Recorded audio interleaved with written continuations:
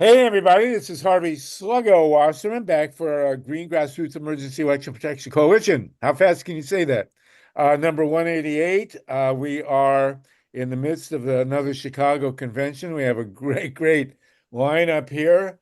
As always, we're starting with 20 people, and it's a beautiful day. My daughter is going to get married in 3 days.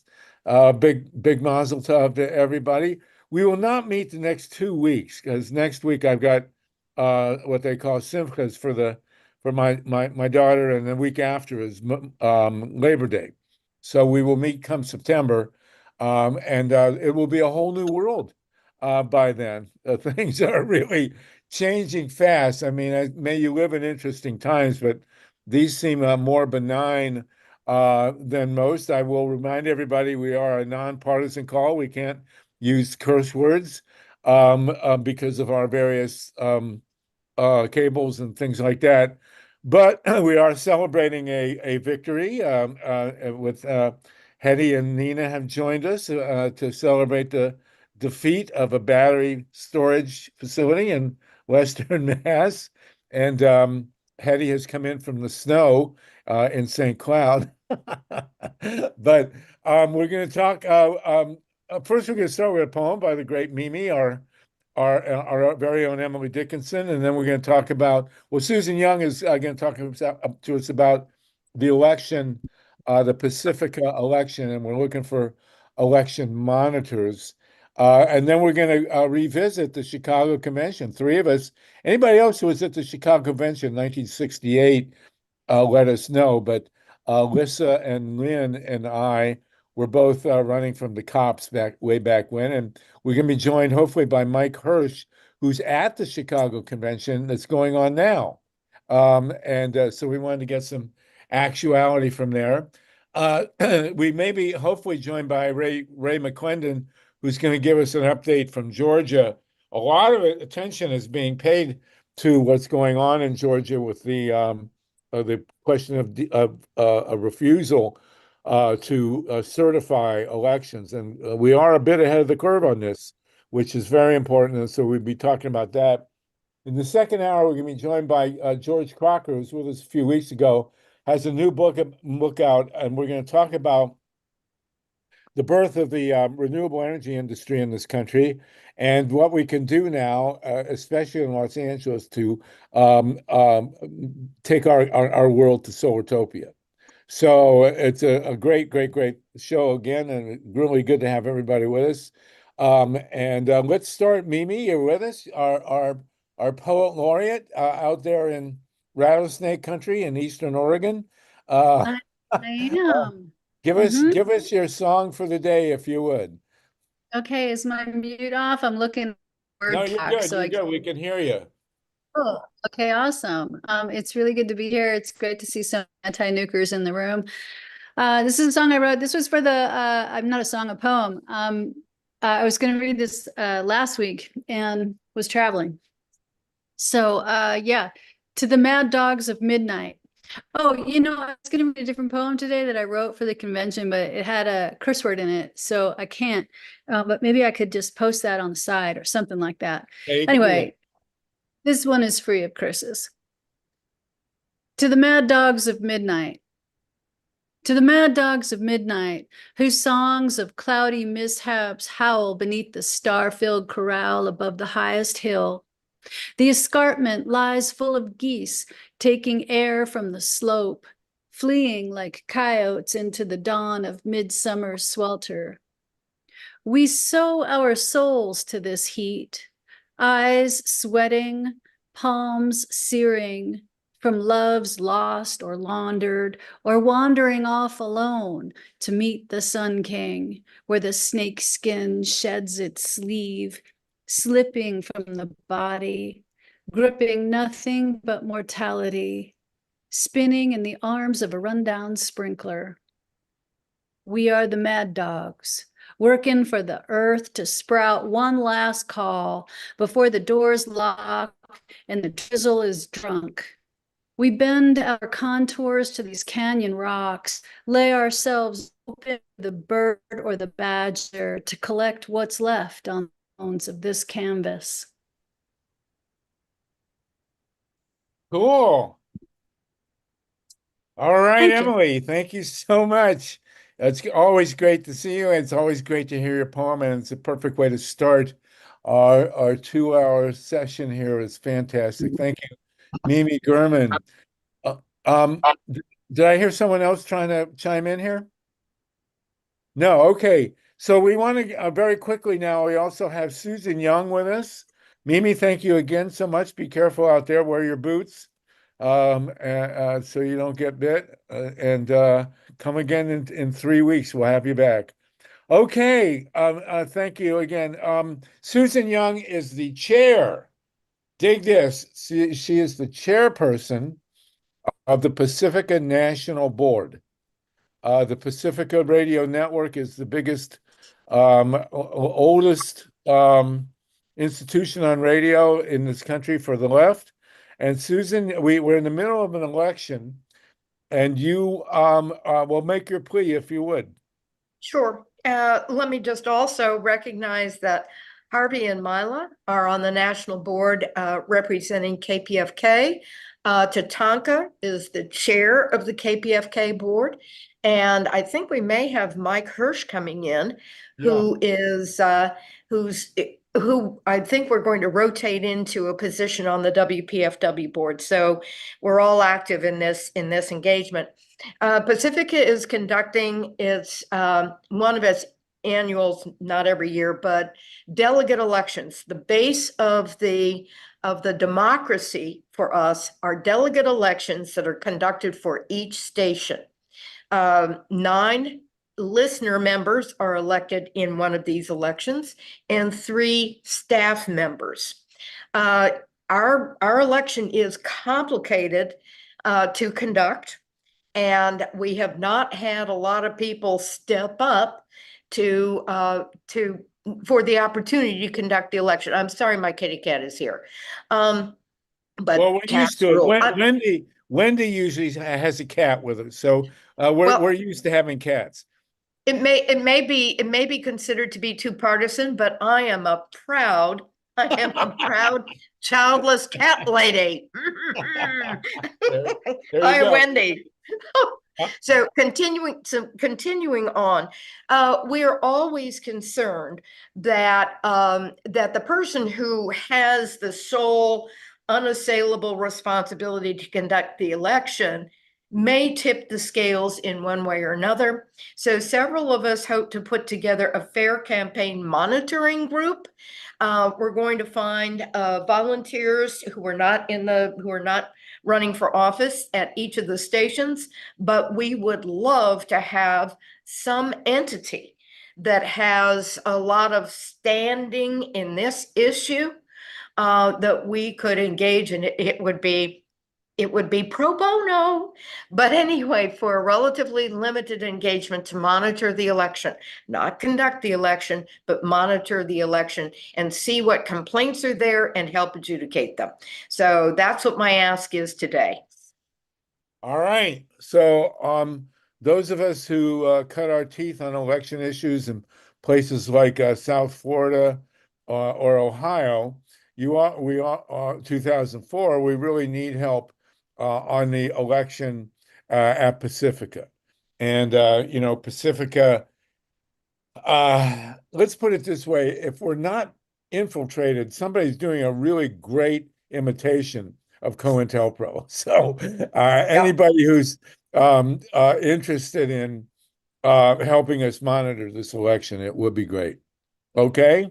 Thank you. And Susan, great to see you. You can I don't know, is anybody allergic to cats that will be harmed by seeing one on a Zoom call?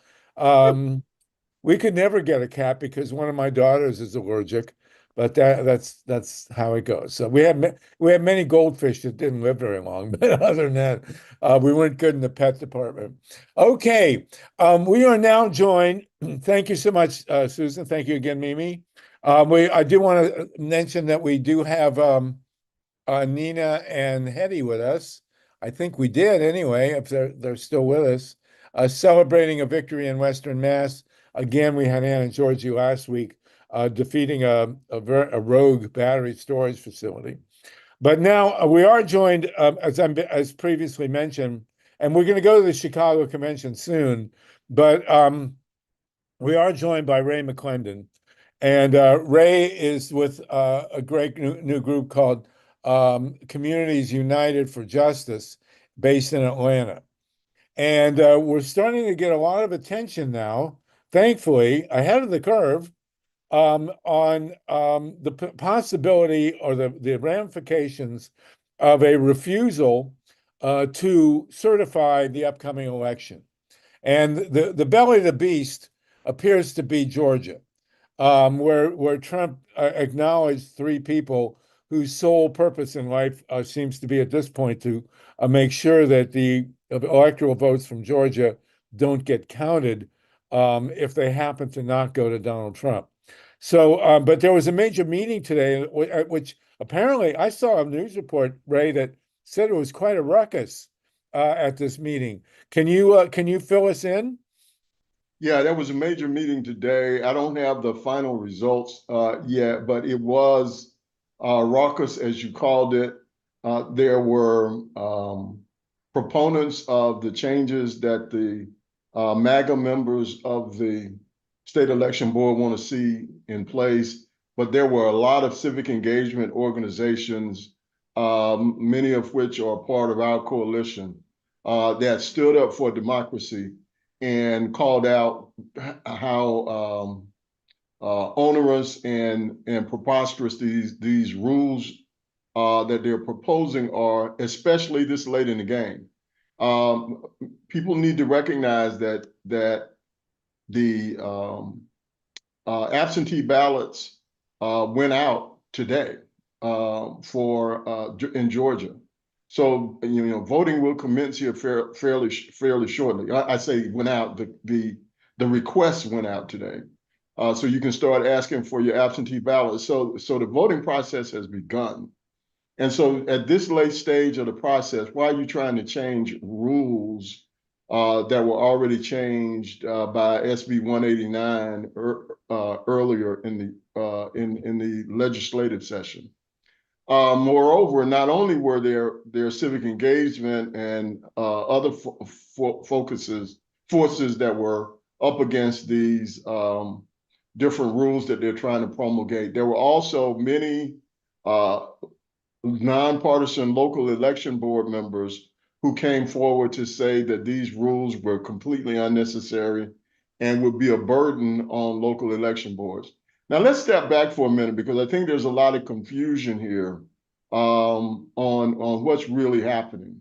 It is true that the state election board does not, by statute, have any administrative authority over elections. They don't have the ability to pierce the local election process. But we've been sounding the alarm about this for over a year now. That what's happened is that a lot of local election boards have put in place MAGA members who are election deniers in the 150 and many of the 159 counties across the state of Georgia. What the state election board MAGA members are now doing is essentially giving them cover through these rules to be able to delay, retard, and otherwise gum up the works and delay certification after November the 5th, in spite of what the law says. So, we're hearing a lot of people who are not following this, maybe not as closely, saying that, well, the state election board really doesn't have a role to play. It's up to the local election boards. But they are getting these rules from many MAGA local election board members, who then will be able to display these rules and use them to not certify elections. One of those members is with the Fulton County Election Board. Another is with Gwinnett County Election Board. And they are MAGA members who are advocating for these rules with the express intent that they will use these rules to bring up all kinds of quote unquote reasonable inquiries to delay the vote. Now, why is this important? it's important because remember when Trump lost in 2020 over 60 cases, he was their lawyers were trying to bring their own independent evidence.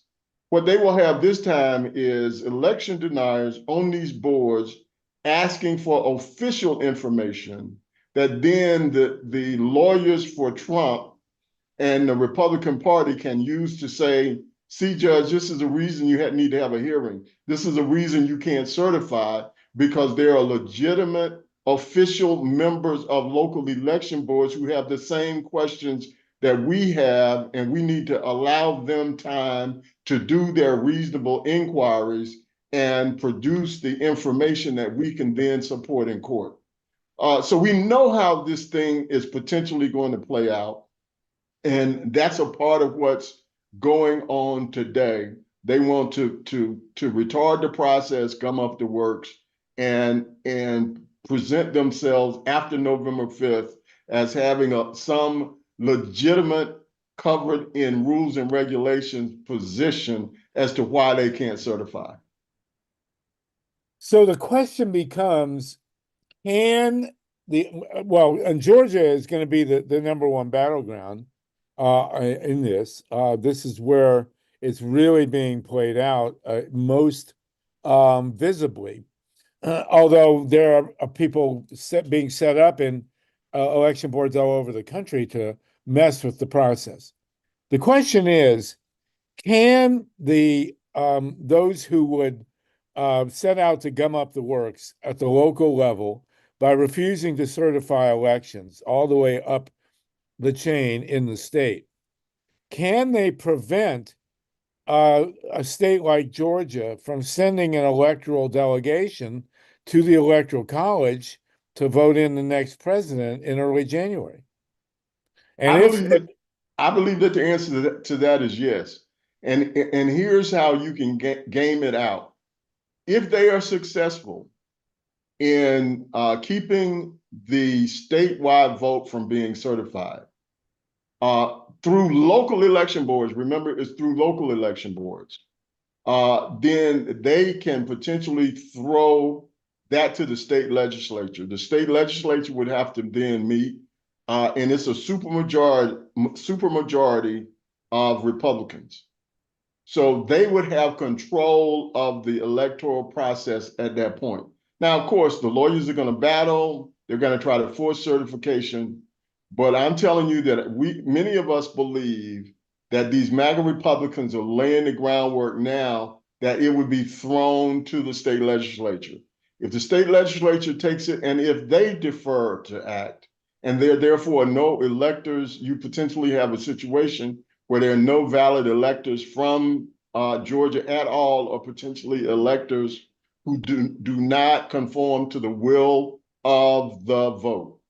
And so that's the situation that we see. Georgia is the principal laboratory on this, but we know that this is being pushed forward in other battleground states, Arizona and Nevada, as well as Michigan. So we know that these are out there. And we need to remember that also maybe many folks didn't know, the Atlanta Journal-Constitution did a survey of all 159 county election boards. They found that out of 130 plus that responded to their survey, there have already been 19 local election board members who have refused to certify elections in the primaries. So that process has already started. We know that in Fulton County, the primaries were approved on a 3-2 partisan vote for the primaries. So that we know that where there are majority of MAGA election boards, there will be these potential problems in November, and we need to be prepared to respond to it and start that process right now to let them know in all of these counties that we're watching them. Is it conceivable or legal or within the realm of possibility that a state could vote for one party, but members of the other party refuse to certify at the local level, Then they throw the election into the state house, to the state legislature, and the state legislature certifies an electoral college delegation for the other candidate. Yes. Some people might have forgotten that that's exactly what Trump was trying to do in 2020. That's one of the reasons he is so upset with Kemp and Raffensperger. He wanted them to support having a special session so that the state legislature could get involved in the process. That's what they want to, that's what they would want to see happen if they lose the popular vote in the general election.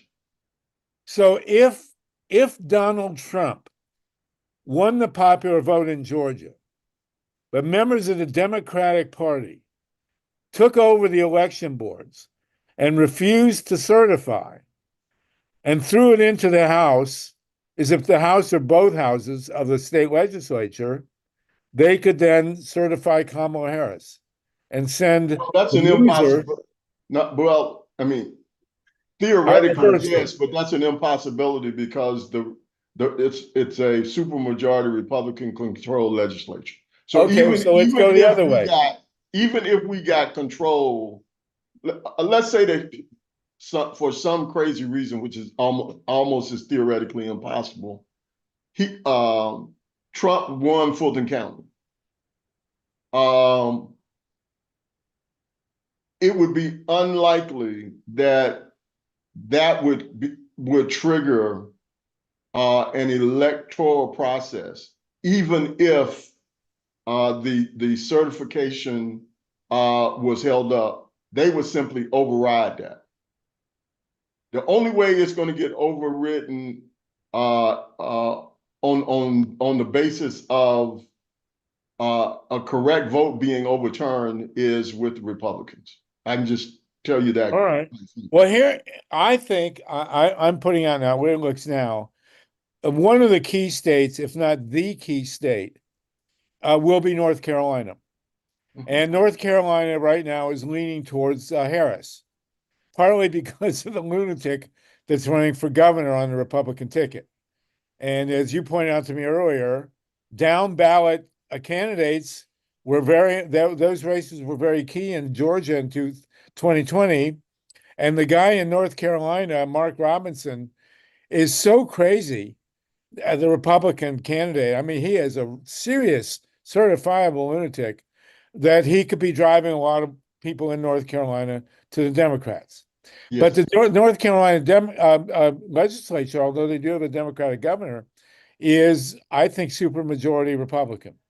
So if the difference there, though, is you do have a current governor, Democratic governor, and I think this time around versus 2020, you have a much stronger GOTV effort in North Carolina in the Black community than you did in 2020.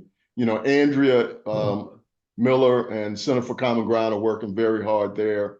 Right. We're giving some technical support to the coalition that's being built there that's similar to the one in Georgia. So I think the prospects in North Carolina look a lot better this time around than in 2020. For the Democrats. I will point out, and everybody, you'll hear it first, that I believe that the key swing state in this election this year is North Carolina. People don't remember that, well, you have to look at the map, but North Carolina has as many electoral votes as Michigan. And everybody's been talking about Michigan, but North Carolina is right there. So, but I will say also, in predicting this election, that most of the key swing states, except for Georgia, and they're now actually starting to say that Florida might be in play, partly because of what Wendy did and helping get the signatures. There is an abortion referendum on the ballot in Florida, which is a very big deal, as everybody knows. But the bottom line is that in all the key swing states, except Nevada, there are Democratic governors. The governor of Arizona is a Democrat. Minnesota, Wisconsin, Michigan, Pennsylvania, North Carolina all have Democratic governors. The only one that doesn't is, and Virginia also. Oh no, I'm sorry. Virginia has a Republican and Georgia has a Republican. But there are enough key swing states that could turn the election, have Democratic governors, that some of what we're fearing here in terms of the non-certification, throwing the election into state houses, is ameliorated. Is that a fair assessment? That's fair. And let me just make sure it's clear. We talked a little bit about this last time. What we're doing is making sure that everybody is aware that this is a major problem that we need to confront now. Many of us, myself included, did all of that hard work going into January 5th and winning those 2 Senate races, and we were, popping champagne and celebrating on the 5th, only to wake up on the 6th and see what almost happened. When we had heard rumblings about it, but we just said, oh, the guardrails will hold, it'll work itself out. This is just more bluster. And we saw what almost happened.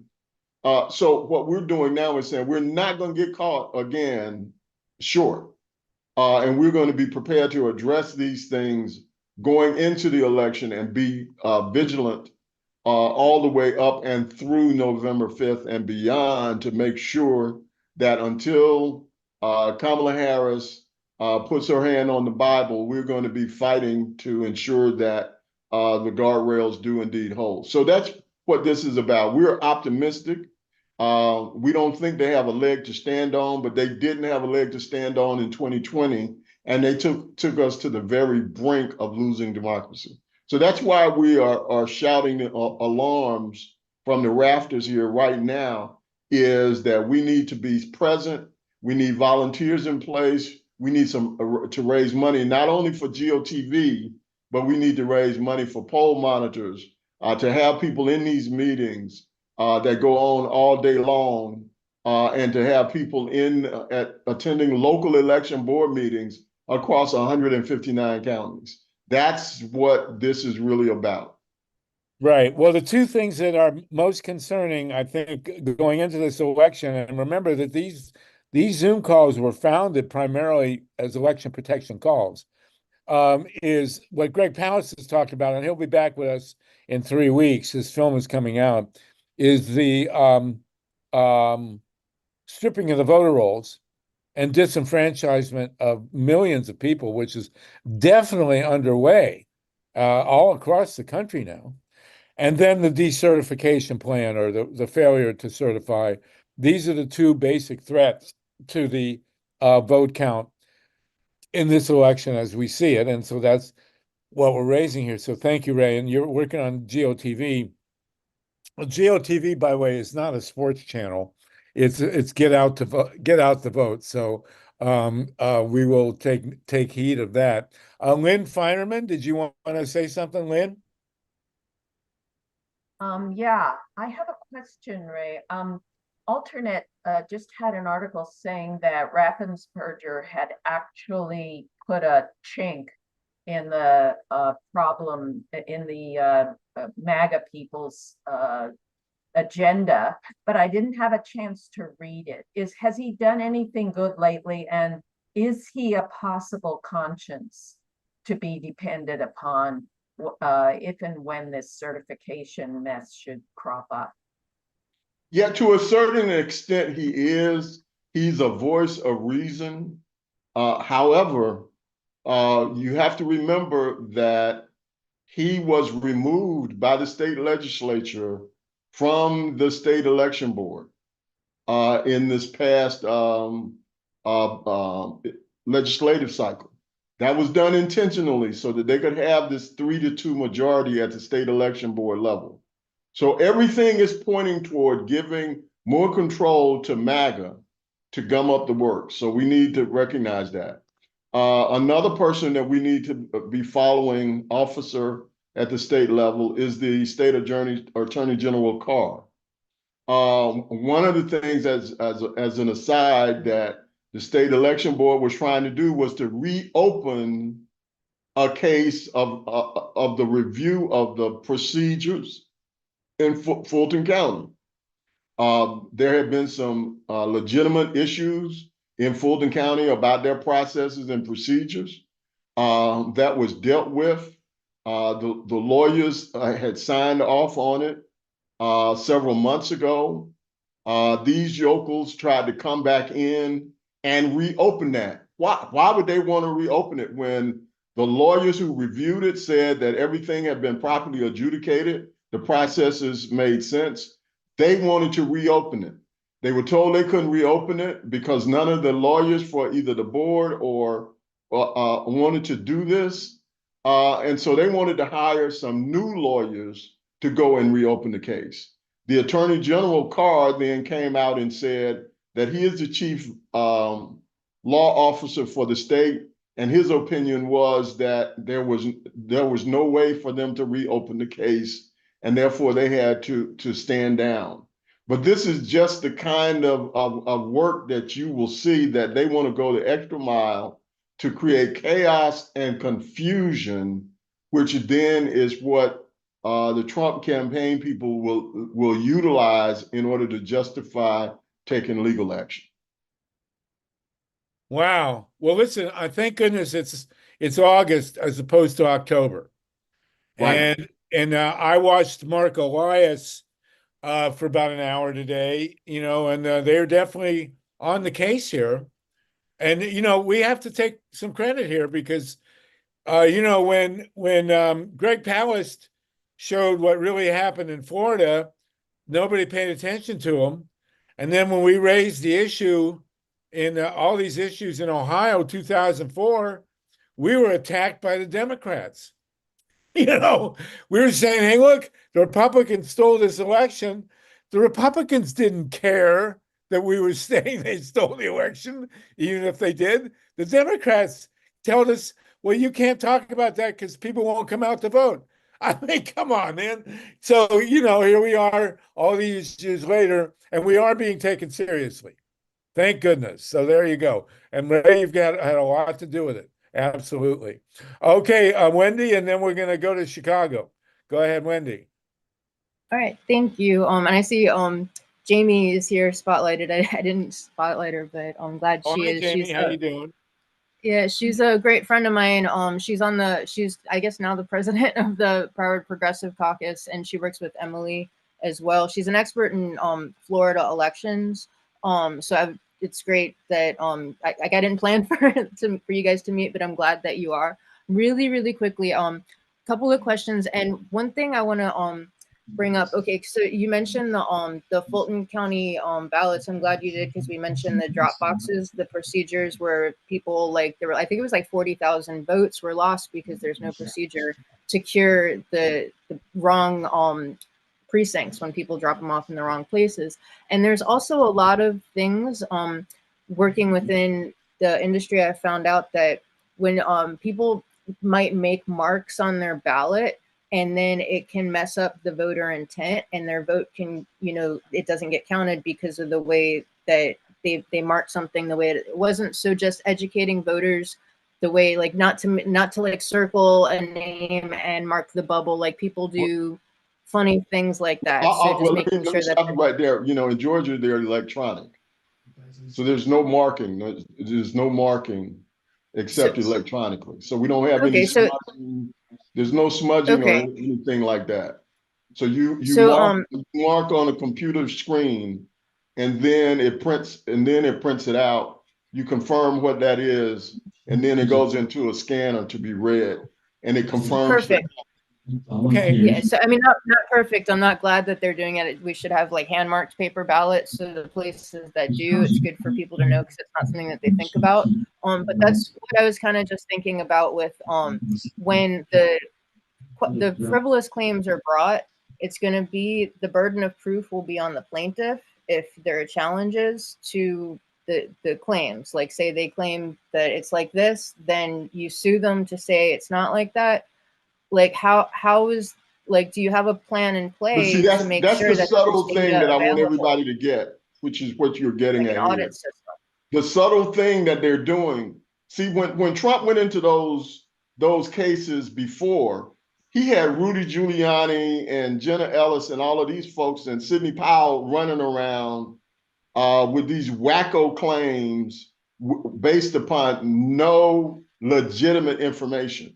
So What do you they have, want- are you going to be able to have that legitimate information to prove them wrong? Like, because it's like without the data. Let me finish. What they are involved in doing now is to have these legitimate players who are on election boards do the work of collecting information. Say, was there a chain of custody issue from one precinct to the registrar's office? Were there some problems with a drop box in a location where somebody allegedly said this was a problem, and have that come in officially to the election board, and those election board members then share that information, which gives then the Trump campaign a level of legitimacy that they did not have before, because this is from this quote unquote reasonable inquiry. See, that's why this is so dangerous, because they're using the election board members, the MAGA election board members, to be their foil to get information that then they can say this came from an official source, and this is the reason why these results should not be certified and overturned. That's the difference this time from the last time. The last time they were trying to get affidavits from truck drivers and people walking down the street to say that there was a problem. This time they want to have the cover of official local election board members to say that they're under their reasonable inquiry. This is documented evidence of a problem.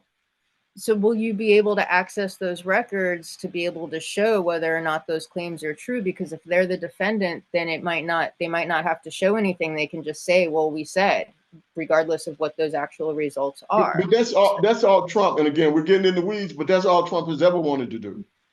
Remember when he met with the Attorney General's folks in the White House? What did he tell them to do? Just say that there is fraud. Exactly. There's fraud, and myself, along with the Republican Congress, will do the rest. So how are you going to prove those claims wrong?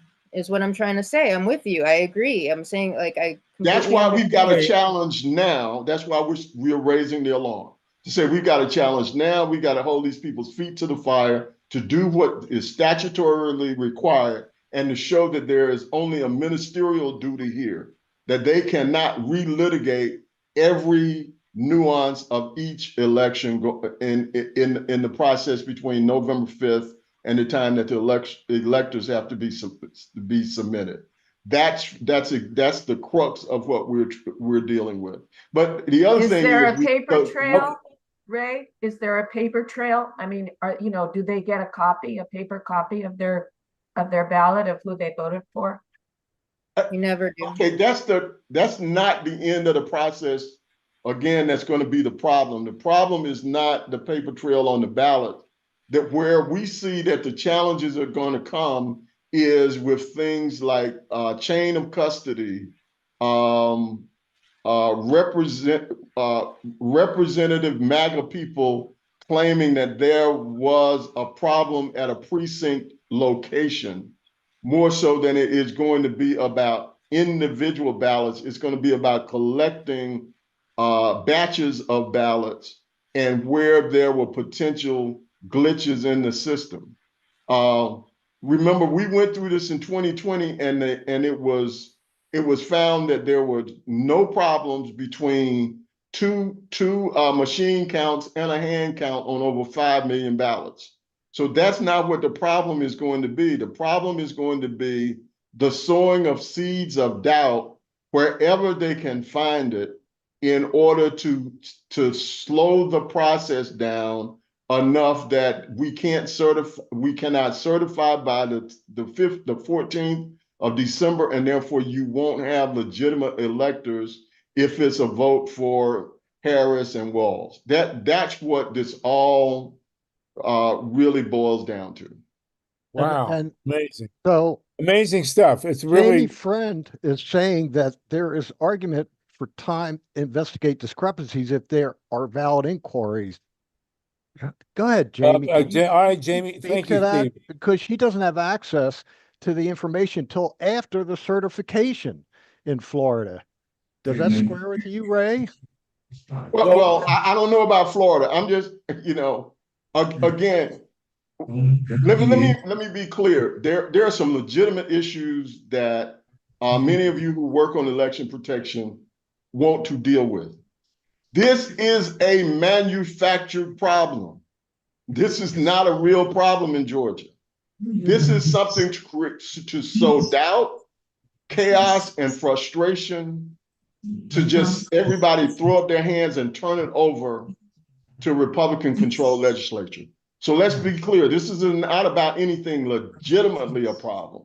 They just want to say there's a problem so that then they will have that cover. Jamie, is there anything you can add from Florida? You can't look at anything. I'm sorry? Can Jamie add anything from Florida? Jamie, do you have Jamie, something? friend, you want to add? I will say, Thank by you. the way, that Florida, which has been viewed as a solid red state, I saw an election map today, which turned it pink. So I was quite amazed to see that. So we'll see what happens. Go ahead, Jamie, and then we'll go to Mila, Tatanka, and Ray. You've been a real trooper here. Lissa and Lynn, we're holding on to our war stories from Chicago '68, and we will get them. But this is really amazing stuff here.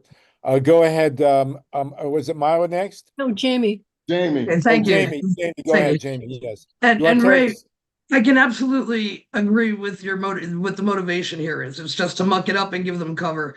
But when I go back to what Harvey said about when the Democrats started digging into voter fraud, we were told to keep quiet. Right. Oh, we don't want to talk about that.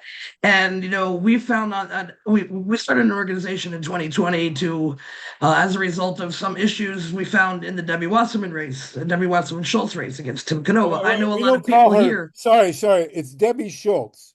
We do not Debbie use her Wasserman. middle name. Go ahead. Okay, Debbie Schultz.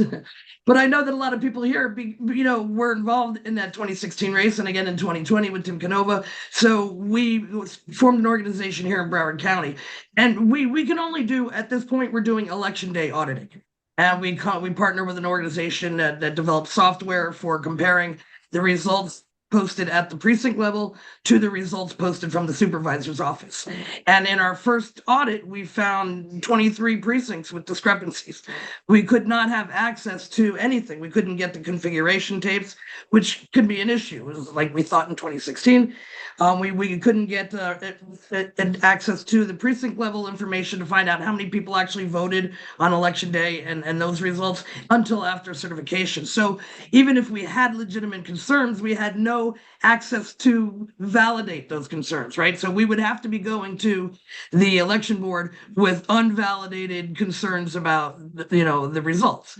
So it would seem frivolous to them at this point because we had no proof. And in there, I see that there might be an argument for time. Granted, I agree the motivation for this law in your state is not legitimate, but there could be legitimate claims for the need for more time and access to information prior to certification. That would be the argument that I would make based on my own experience. So, and my question real quick, Harvey, you might know the answer to this. I mean, in other states, like where I don't remember the gentleman's name that did the that does the vote cast records, the cast vote records. Does he get access to those prior and the engine that Ray Lutz built? Do they have the information they need prior to certification to run those audits? Only if they're agreed upon, if they get the contract, if the government, like the same people that Ray is fighting, that like both Rays are fighting the same forces, like trying to get access just to be able to see like what the actual numbers are, to be able to run them and look at them. But it all, like, same thing that you went through. It's like you need to get through the gatekeepers. So no, they don't get access to that information. The real experts on that are Ray Watson and John Brakey. Right, John Brakey. In Arizona. And they went through that in Arizona, and they had a huge tangible impact on the situation in Arizona. So we should have Ray, when we come back after this upcoming 2-week break, Ray, Jamie, Ray Lutz, and a few others to really get to the bottom of this. And I was very pleased to see the depth that the guy from the Democratic Party was going into. What's his name? The attorney, Mark Elias. Mark Elias was going into. They clearly, after all these years of dumping all over us, are paying attention to the detail here. And as far as I'm concerned, if they had paid attention to us in 2016, Trump would have never been president. Right. Because this was all over Wisconsin, Michigan, and Pennsylvania, and Jill Stein went in there and they dumped all over her. And in fact, there was a court decision in Michigan where the judge ordered basically a recount if Hillary Clinton would agree, and she didn't agree. I mean, come on. So at least I think we have the attention of the Democratic Party finally, which is good. Hey, Harvey, I've got a couple more minutes and then I got to run. Okay. Anybody else have anything else for me? You'll come back with us in 3 weeks and we'll have a deeper dive on this. It's really great what you're doing, and you should be in touch with Jamie. As last I see, Georgia and Florida do share a boundary. So go to Tonka. Did you want to say something about this? Yeah. Oh, wait, Mila was next. And go ahead, then Mila. Go ahead. Thank you. Ray, I just want, if I heard you correctly, and I believe I did, there are two very distinct issues here.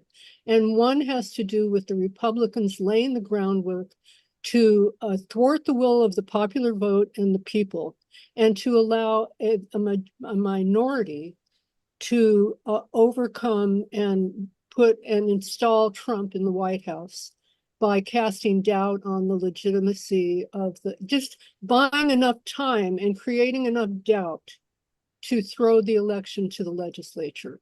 That's precisely what I'm saying. Thank you. And Okay. And to follow that up, I agree with what Mila said, and Ray confirmed that because we're always behind the 8 ball. It seems like we are reacting too late. And what Ray is suggesting is proactive legal action to highlight this so that when it happens, we warned you of this. You have been warned. Here you are. We caught you doing it, which is different than, being caught. Is that right, Ray? Absolutely. We're taking a proactive stance so we don't get caught like we did in 2020.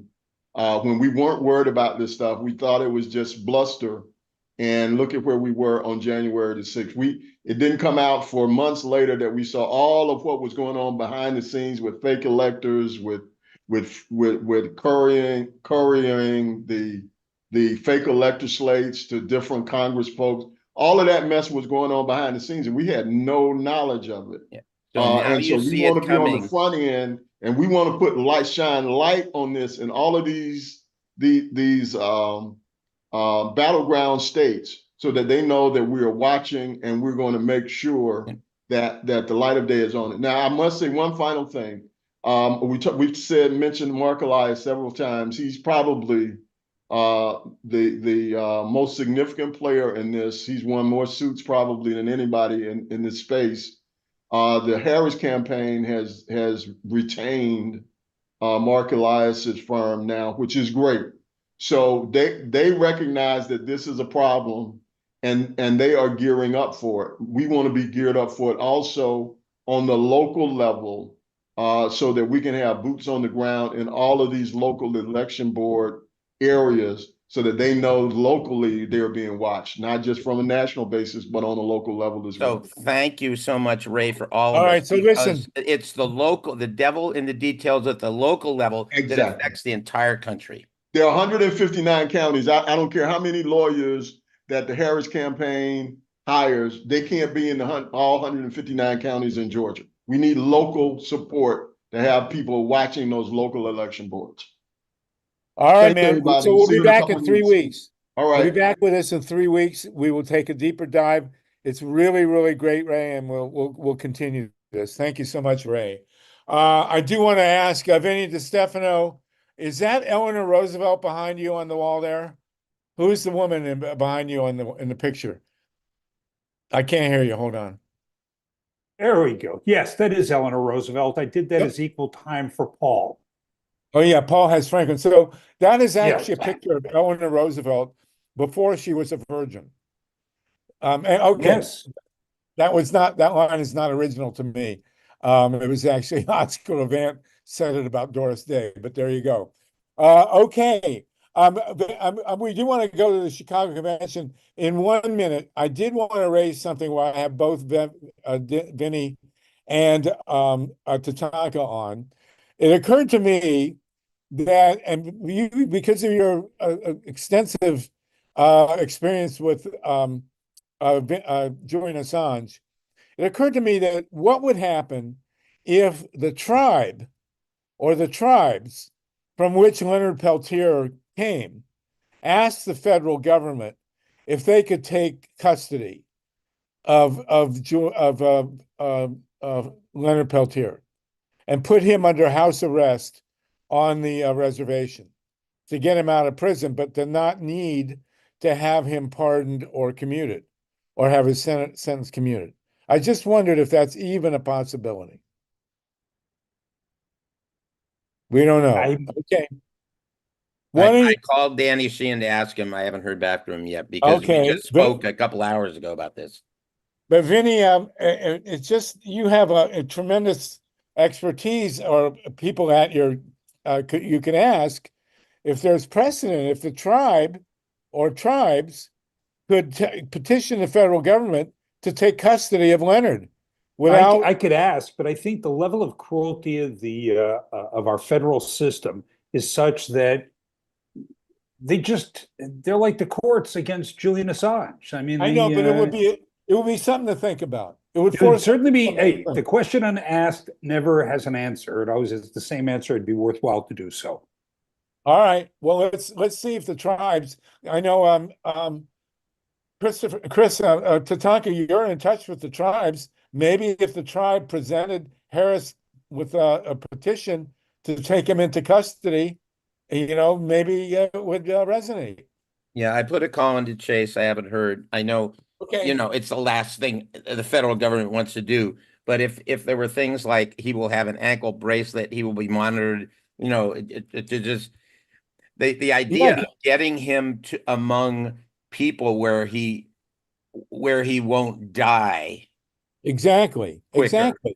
Yeah. So they don't have to commute his sentence. They don't have to pardon him. They just remand him to the custody of his tribe.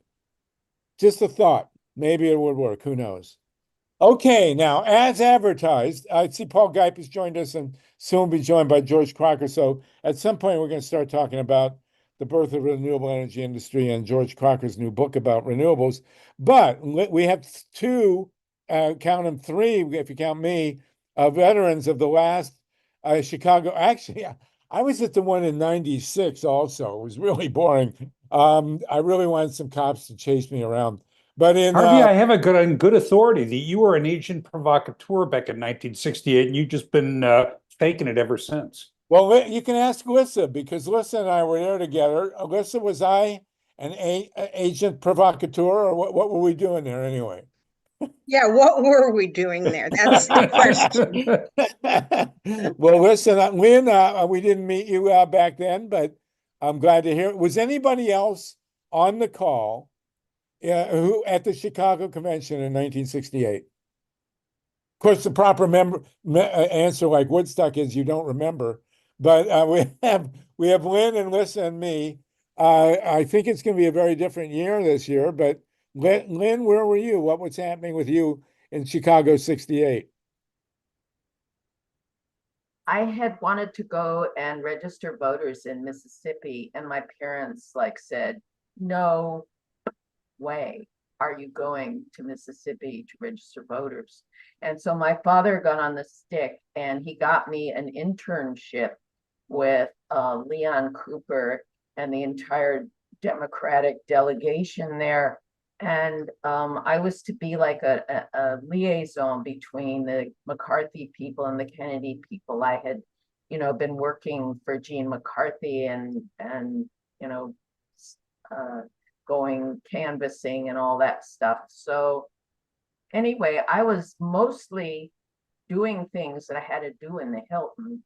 And I got a little note, Lynn, please, something or other. Oh, my encounter with Haskell Wexler. Okay, so the thing that I wanted to sort of say to start out with is that I arrived as a teenager. I mean, I was still in my teens, okay, having experienced the assassination of JFK, the assassination of Malcolm X, the assassination of Medgar Evers, that year, the assassination of the Reverend Dr. King, and the assassination 2 months prior to the convention of Robert F. Kennedy. So, you know, I think that's really important for our generation to understand that that was really watershed. I mean, we didn't even hear so much about assassinations, you know, from American history, although obviously there were some, you know, Lincoln, maybe they offed FDR early or whatever, you know, but this was like directly 6 assassinations in my short little life. So it was a huge coming of age issue. And, you know, it was doubled up by the fact that they had thousands of police and National Guard on the street all the time. There was so much tear gas that you smelled it all the time, everywhere. Hubert Humphrey was late to his speech at the convention because he'd been taking a shower and he fainted in the shower because of tear gas. Okay. But the most extraordinary, I mean, the violence was just out the top. And of course, I could tell you about lots of things that appeared on TV, but the most extraordinary things that happened to me were during my work. I had come back from listening to Phil Oakes and, you know, watching everybody be tear gassed out of existence. And I walked in, into the Hilton, where I had a room and, you know, was working with the delegation. And the Hilton was built so that it had like these 2 stairways going up diagonally up to the mezzanine. And every single day and night, those 2 stairways were packed with kids, students, activists screaming, "Hell no, we won't go," screaming, "Dump the hump," screaming. I mean, it was just extraordinary. So I made, you know, I was standing down watching them and actually screaming with them. I hate to have to admit that publicly, but I was. And this psychologist came up to me, a delegate, you know, just a delegate from California, and we started talking. And, you know, he had a little goatee and he was wearing a suit and he was just perfectly middle class. And, you know, as I was talking to him, I told him I had a meeting on the mezzanine. And so I started to go up the stairs and I turned around to wave at him. As I was waving, a crazed cop ran into the lobby, grabbed the guy, this little goatee guy, white guy, you know, grabbed him like by the neck, hit him on the head and dragged him out of the Hilton. And I never saw that guy again. Okay. Oh, I mean, this was what was happening. And I panicked and I went up to the mezzanine and got the elevator right away. I canned the meeting. I got the elevator right away. I went up to the 7th, I think it was, or the 9th floor where the California delegation people were actually there. As my elevator opened, there was an elevator next door that also opened. Mary McCarthy, the daughter of Gene McCarthy, fell out of the elevator, pursued by a police person, hitting her with a billy club. I ran to, I'm a teenager, you got to remember. I ran to the delegation and I told them what was happening. They all ran out in a panic. I sat down, and the first thing I saw, because there was a big television there, was Richard Daley going like this to the television cameras. I mean, I'm trying to set a scene here because it was, whoa. Yeah, I remember that. God. Myra, real quick, and then we'll go to Alyssa. Alyssa can tell her story there. Myra? Oh, you're muted. Alyssa, are you muted? No. Yes, you are too. Oh, talk Unmute. now? Oh, it's okay. Can I just follow up on Lynn for a moment and Yeah, just go ahead. ask Lynn, I hope you've written about all of this. What an amazing story. And that's what I put the link to my essay on up at the top of the chat. Fantastic. It needs to be published.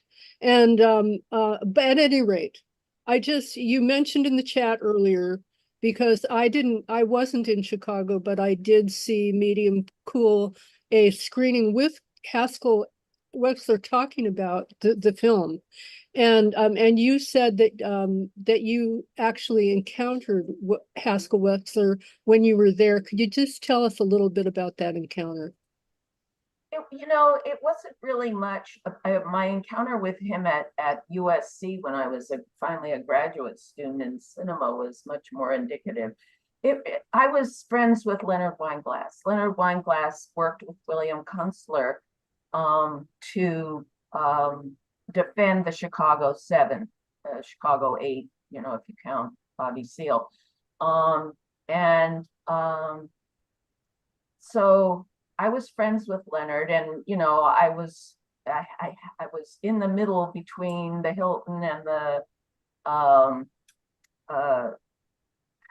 Phil Oakes show, and I saw Lenny, and he said, "Oh, come on, we're gonna have a drink," and so we went to this bar which was near the Hilton, and Wexler was in the bar. He was there actually filming material for Medium Cool. And so that's when I met him. And I just basically said hi. Well, Alyssa, you and I were, thank you, Myra. You and I were at the corner of Michigan and Balboa. Do you want to tell people what happened? Uh-oh, wait, you're muted again. How'd that happen? There you go. Well, I'll say to Lynn that I'm much older than you. I was 22 that year, not 18. And what I did want to talk about, what's the same this year and what's different 56 years later. We're still protesting devastating wars, but we still want to elect Democrats. This is an election protection call. And I don't think that we really thought about that in 68. We just really weren't talking about the election in the same way. Anyway, I lost hope around 2000 because the world was not getting better, and I held on for a long time. So the differences, there were no cell phones back there. So if someone was getting clubbed on Michigan Avenue, you had to wait for the news to show it. You couldn't tell anybody. There was no internet. It was much harder to organize anything or to communicate with anybody. And then the demographics of what's happening now in anti-war protesting, this now is not a movement led primarily by white men, which I think Lynn touched on a little bit. I mean, coming from the University of Michigan and SDS, this was a white man's world. And at the 68 convention, I did see the SCLC mule train, part of the Poor People's Campaign. They came right through Grant Park shortly before the clubbing on Michigan Avenue. But it wasn't until I moved in the end of 68 summer to San Francisco to go to San Francisco State. And that strike started almost immediately and was Black student movement led.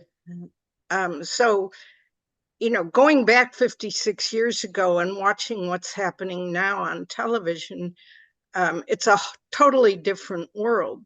Be that as it may, Harvey and I were running on Michigan Avenue, and at one point we went into a theater. It could have been the Auditorium Theater, and it was a moment of safety, and the man selling tickets told us we had to leave because, you really were being clubbed. And then we got out, and at that point was when people were getting clubbed and hit into the restaurant where people were eating. And, the glass broke. People were getting hurt everywhere. The one thing I want to say about where we are today is, how do we elect Democrats and get people to vote and at the same time vehemently protest the war in Gaza without repeating what happened in 1968? Because when I moved to San Francisco in Labor Day 1968 to go to graduate school, I don't think I even thought of registering to vote. And that's something that I really believe strongly we need to work on. If this is election protection, we have to have an election that has people voting. And I did read something in the New York Times that young people are concerned about many of the things we're talking about, women's health, the environment, nuclear power, and Gaza. But, we have to get that out to them, which didn't happen in 68. I didn't vote.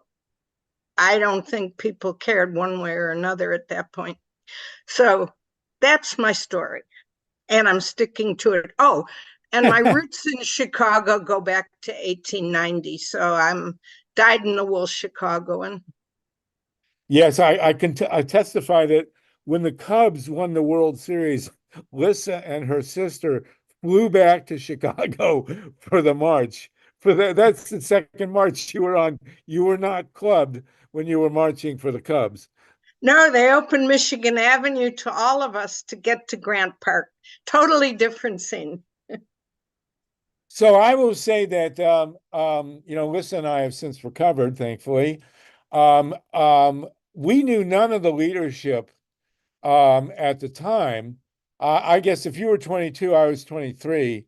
And Lissa and I were editors of the Michigan Daily, but I was a year ahead of her. And I just saw Bill Ayers, who was also I think my classmate at the U of M, interviewed. But the riots in Chicago in 68 were 100% the fault of Dick Daley, the mayor. If he'd have given us permits he had no constitutional right whatsoever to deny us permits to march. It was ridiculous. And then he wouldn't let us gather and hold our rallies in the parks. Chicago, Grant Park, Lincoln Park. We should have just had rallies there. And instead the police, whenever we would congregate, the police would come in and beat the hell out of us. I don't blame the police because they had nothing. What else were they going to do? The mayor told them to make us disappear. I mean, they didn't have a magic wand or anything. And it was a completely hopeless situation that he set up. Now, he could have been, I have to admit, I later became a really close friend of Abby Hoffman's and Paul Krasner. And I don't know, and Tom Hayden, I knew Tom Hayden pretty well too, but later I didn't know them then. And I have to admit it, a guy like Dick Daley looking at a guy like Abby Hoffman, I mean, not exactly compatible. And then Paul Krasner talked about putting LSD in the water supply, which is completely nuts. But what can you do? So you could say we had a failure to communicate. But Daley, who was a dyed-in-the-wool Democrat, the last thing Dick Daley ever wanted was for Richard Nixon to become president. And Daley had also expressed public concerns about the war in Vietnam. He was not a fan of the war, but he had too big of an ego to let us just march. And it was 100% his fault. If he had let us march, if he had let us held the rallies at the parks, and then the camp at the parks, there would have been a few fringe, there would have been crazy there and a few fringe provocateurs. I'm sure the Republicans would have sent in a battalion of COINTELPRO types, but come on, none of that would have happened. And it wasn't really the fault of the police. They had no alternative. What are they going to do? So it was all on Dick Daley. And Liz and I, we were just mild-mannered college graduates, student editors, and against the war in Vietnam. We weren't going to do anything raucous or crazy. So, police are reporting that protesters have broken through the police barricades to enter the convention hall. That's not good. Anyway, so that's the situation, and Liz and I will always remember. And Liz's parents We'll always have Chicago. Yeah, we'll always have Chicago.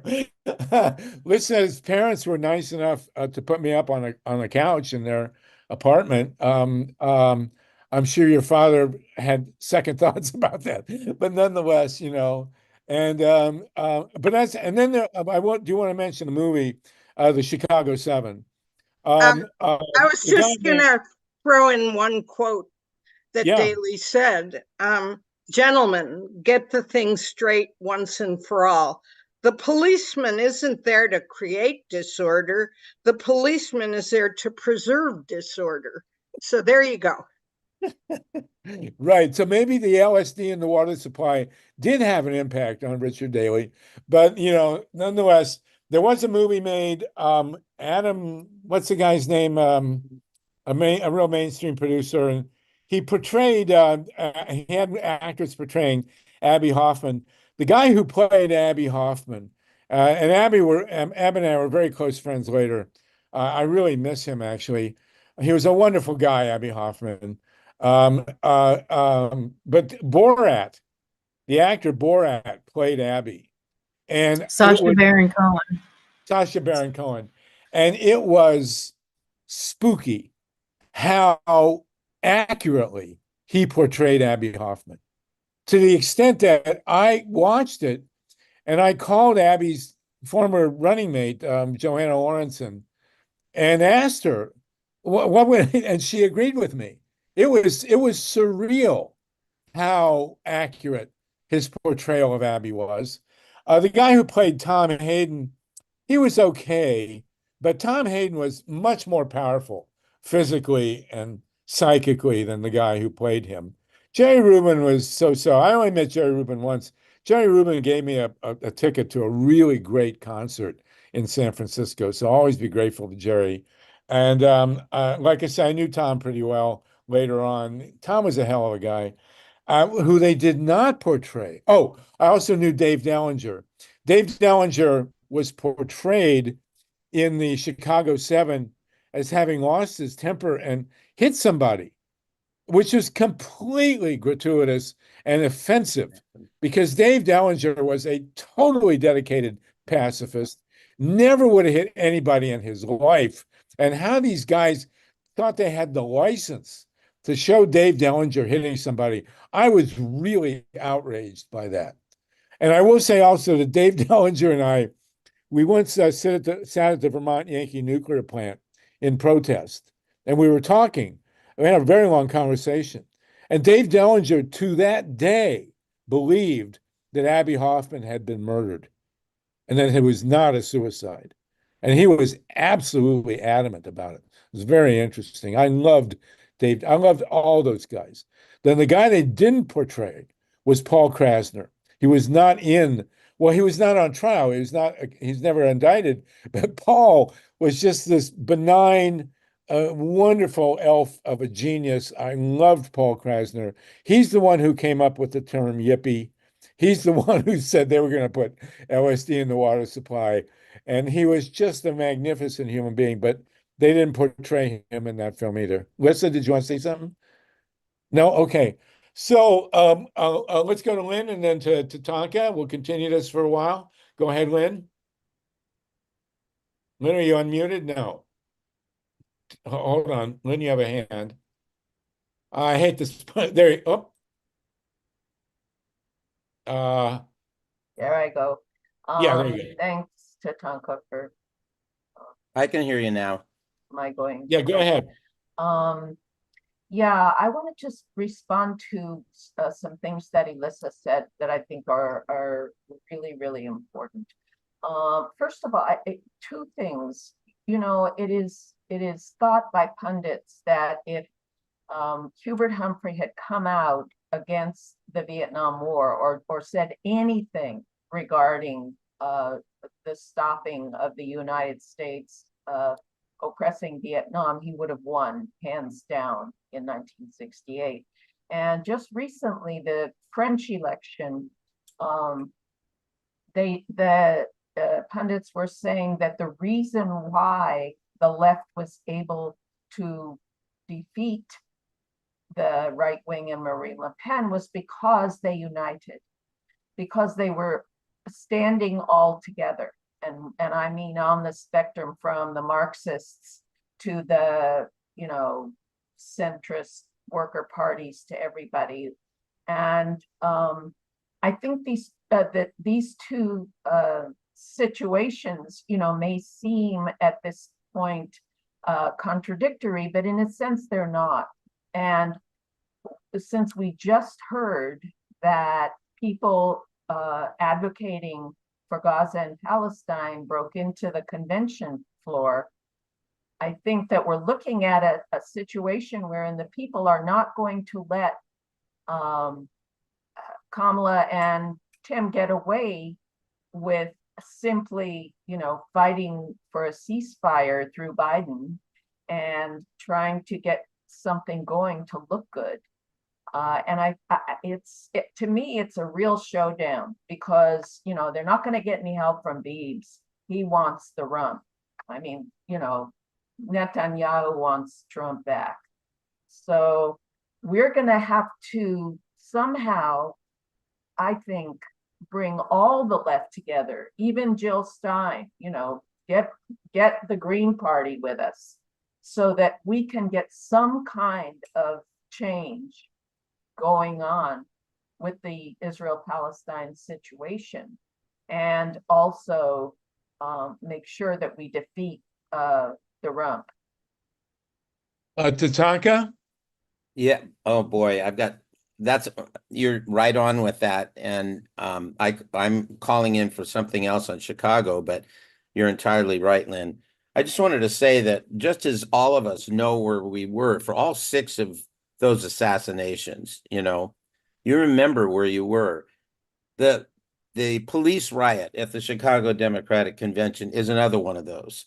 We remember where we were, those of us that weren't there. And I was in Europe. I went to go to a place called the University of Peace in Belgium. Some college friends told me about, because I had to get out of the country. Every once in a while I'd go to Mexico. I had to get out of the country to keep my sanity. So I went for 10 days. And he was a friend of Schweitzer's and won the Nobel Prize for working with East European refugees, Father Dominique Peer, who started this place about 50 kilometers out of Brussels. And I arrived on August 18th. August 20th, there were young students, young people, workers and students from all over the world there. And the 4 Czechs that I met on August 20th, the Soviet tanks rolled into Czechoslovakia and they left.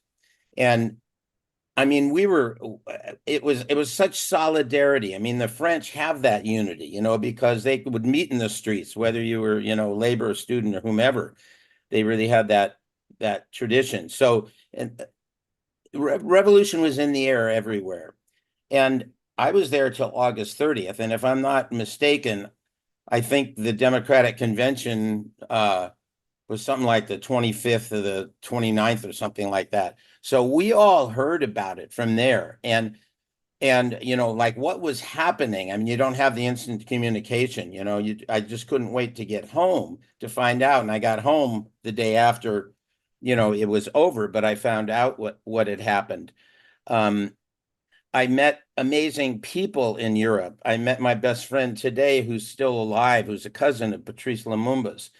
And I met an African-American principal who invited me to visit the statewide teachers convention in Louisiana about 4 weeks after I got home, because I was teaching elementary school in East LA and he was principal of an elementary school. And, I just went out there going to we'd had Brown versus Board of Education, and it's the first time I've been refused entry into a hotel, even though I'd registered, because the guy said, "You're in the wrong city. You belong to be, you're in Shreveport. You want to be in Baton Rouge." And I say, "Why do you say that?"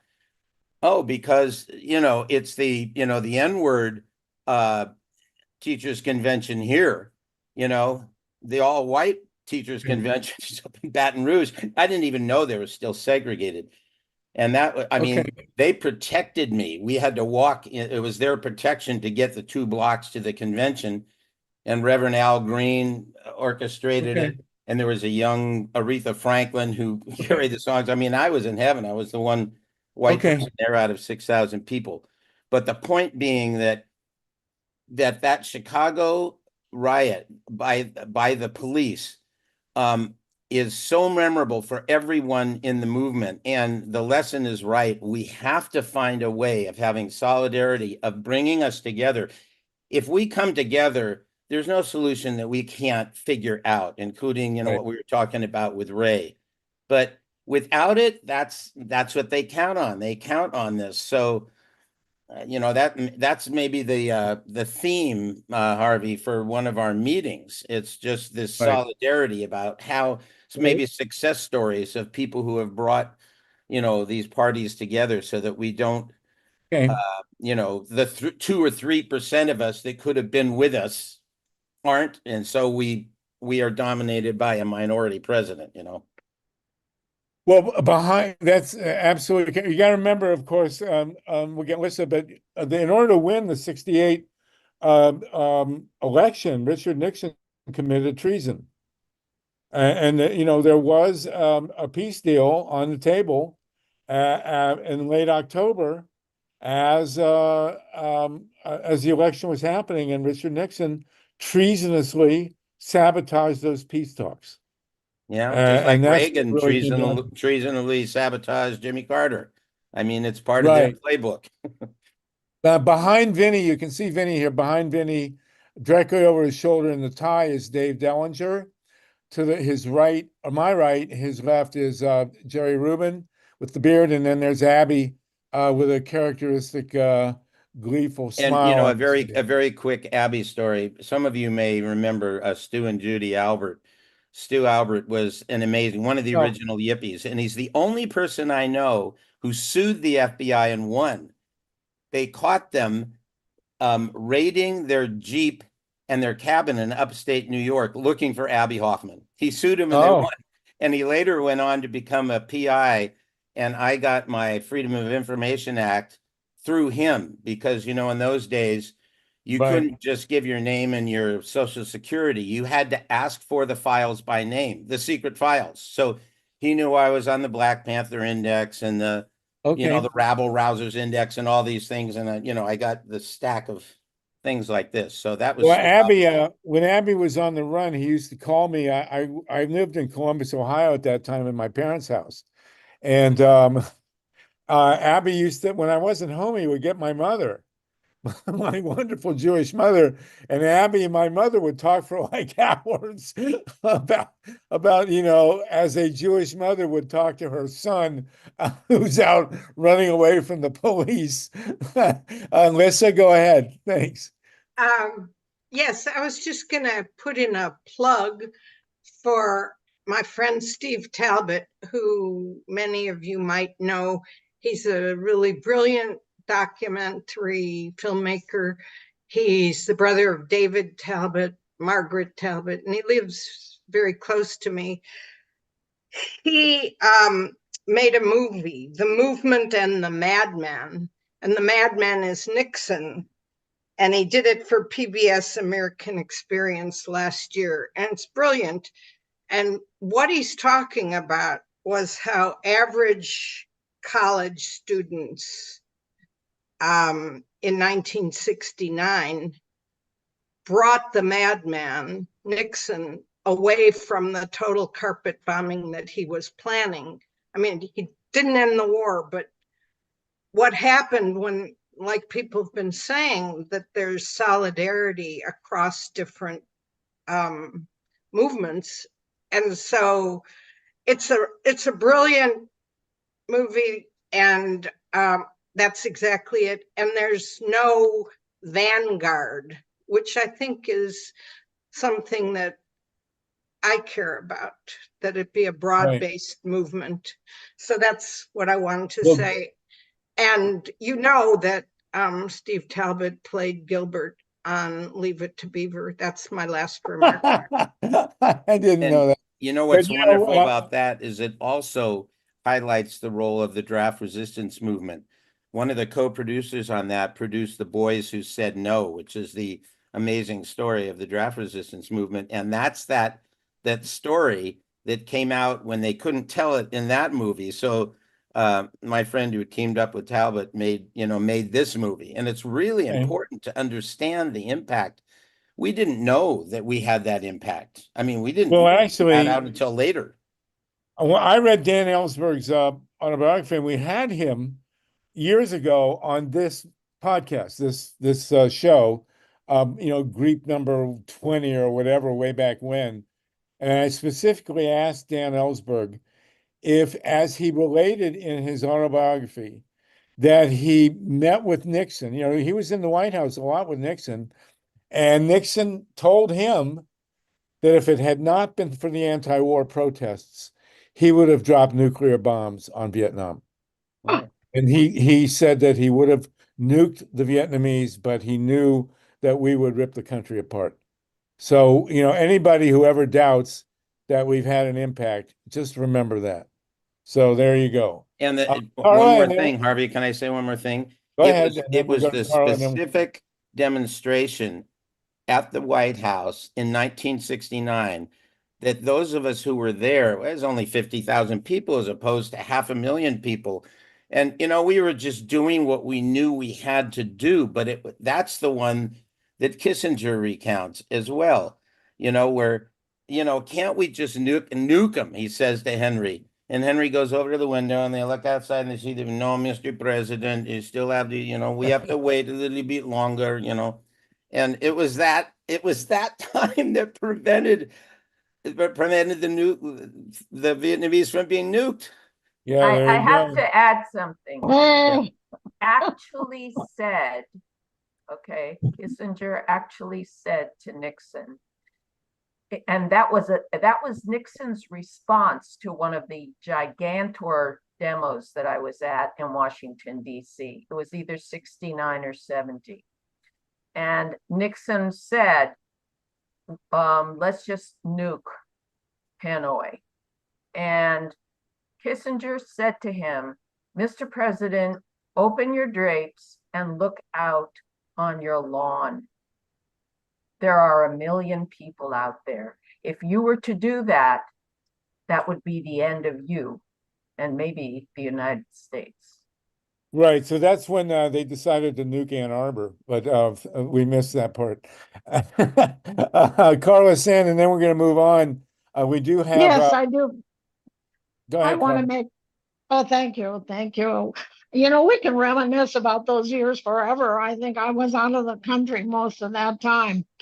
And I was in Puerto Rico when they were sending the B-52s over there bombing Cambodia, if you remember. But that's not what I want to say. You're talking about getting all the liberals or the progressives together. And I'm thinking right now we have to worry about the Democratic Party, the leaders, people like Ken Martin, who's now head of the DNC, who's just infiltrated the Minnesota DFL Progressive Caucus and said they're not getting any power. He is petrified of anything that says progressive or socialist. Well, heaven forbid communist. So I think we're picking on the wrong groups. We're going after the police and all that. And we got to go after the Democratic leadership.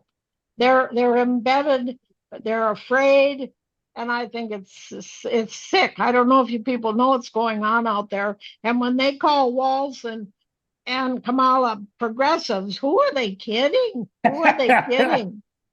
That makes me mad when I hear it. Anyway, I just had to say it. I'm listening to in Minnesota here, and it's a kind of a joke. Thank you. Well, we have somebody else in Minnesota. Thank you, Carla. We're going to move ahead now, and this has been great to reminisce. I will say one thing, and it's really obscure, but it's actually worth mentioning as we move into the energy issue. In 1966, on October 5th, there was an impartial meltdown at a nuclear plant in Monroe, Michigan. And I was Lisa and I were both in Ann Arbor at the time. We could have been killed by the Fermi nuclear plant, which almost blew up. And it was actually became the inspiration of the first rap song, which was written by Gil Scott-Heron called We Almost Lost Detroit. But Hubert Humphrey spoke in Monroe, Michigan, as that thing was melting down. And nobody ever heard about it. It was the Fermi nuclear plant, and he later died of cancer. So just one of those, everything is connected, as they say. So that was a really fun discussion. I have no idea what's going on there now, but apparently there's activity in Chicago at the convention, and we'll find out about it when we're off the call here. I do want to go, like Carla, to Michigan. I'm sorry, to Minnesota. We have two of the great pioneers in renewable energy industry with us. George Crocker, who's got a book just out now, and Paul Geip, who's in Minnesota, and Paul Geip, who's in Bakersfield, one of the great pioneers of the wind energy industry. I believe we have Ron Leonard on with us too. Ron, are you with us? I don't see you, but you were here before. But I always hate to leave the reminiscence, but that was really, really interesting and really fun. We'll come back to Chicago. I guess we're going to have some things to talk about from today. Again, we will not meet the next 2 weeks. We'll be back together in September, and we'll pursue. Oh, there's Ron Leonard. Is that you, Ron? Yes. So let's go now to George Crocker. George was infamous as a draft resistor. George is the only person I ever knew who got a CO and then turned it down and went to prison and spent, George was 18 months in prison resisting the war in Vietnam. And we worked together in 94 on the, well, actually I came to Minnesota a little earlier. I wrote a piece for Rolling Stone about the resistance to the power lines that you were a leader in, but then came the big fight over the nuclear plant, the Perry Iron nuclear plant, where essentially we gave birth to the utility scale renewable energy industry in the United States, of which Paul Geip was a major early benefactor, and where Ron Leonard also was working with solar. Paul was focused on wind. George, can you tell us what happened and the result of our activism in Minnesota? And of course, one of the ulterior reasons for talking about this is that a Minnesota governor is now the Democratic VP nominee. So, George, go ahead, please. George Crocker. I've been trying trying to get him to unmute, but he doesn't have George, video. you gotta either. I don't unmute know. somehow. Yeah, he's not responding, and he has no George, video. can you hear me? I can hear you. Can you hear Oh, me? yeah, now we can hear you. Okay, It go ahead. wouldn't let me do it. I kept trying. I was beating on it as hard as I could, and now it works. There you Okay. go. All right, So- go ahead. So that was what Sluggo was talking about was the Prairie Island nuclear waste fight, which was actually like a 7-year deal. It started in the late 80s when the power company first issued its environmental impact statement for a waste dump on Prairie Island, and we followed that through a series of administrative proceedings and court proceedings. It's actually kind of interesting in that at the time, Minnesota law said that only the state legislature can cite high-level nuclear waste in Minnesota. That was to protect against a repository which was still not quite cited at Yucca Mountain. Minnesota was in the running for it, and because the Minnesota legislature was sensitized to energy issues over the power line fight that Harvey wrote an article in Rolling Stone about, why Minnesota said only the state legislature has the authority to cite high-level nuclear waste in Minnesota.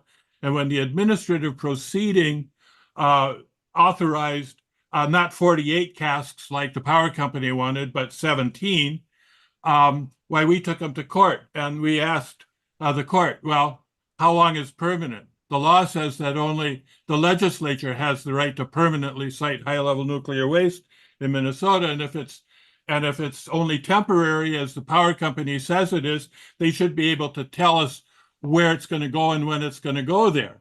And so then the issue hinged on how long is permanent, and the courts sort of decided that being as bridges or roads or buildings were more or less permanent after they'd been there 7 years, we asked the power companies, where is it going to go before the turn of the century? And when they couldn't answer, why we got to go to the legislature and duke it out, which happened in 94. It consumed the entire 94 Minnesota legislature.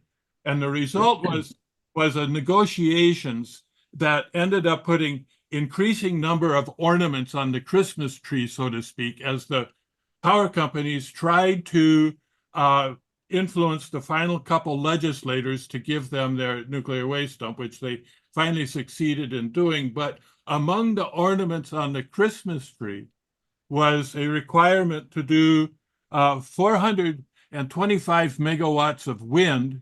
And if that wind proved to be cost effective, according to the Public Utilities Commission, the industry NSP would have to do an additional 400 megawatts of wind.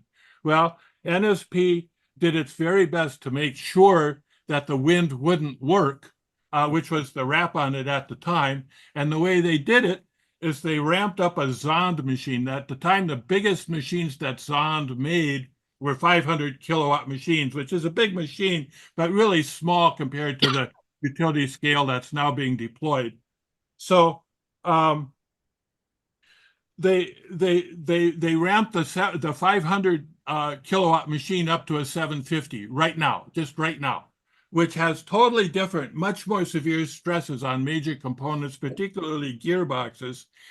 With the bet, NSP was betting that these machines would fail in that initial period of time, demonstrating once again that wind just doesn't work.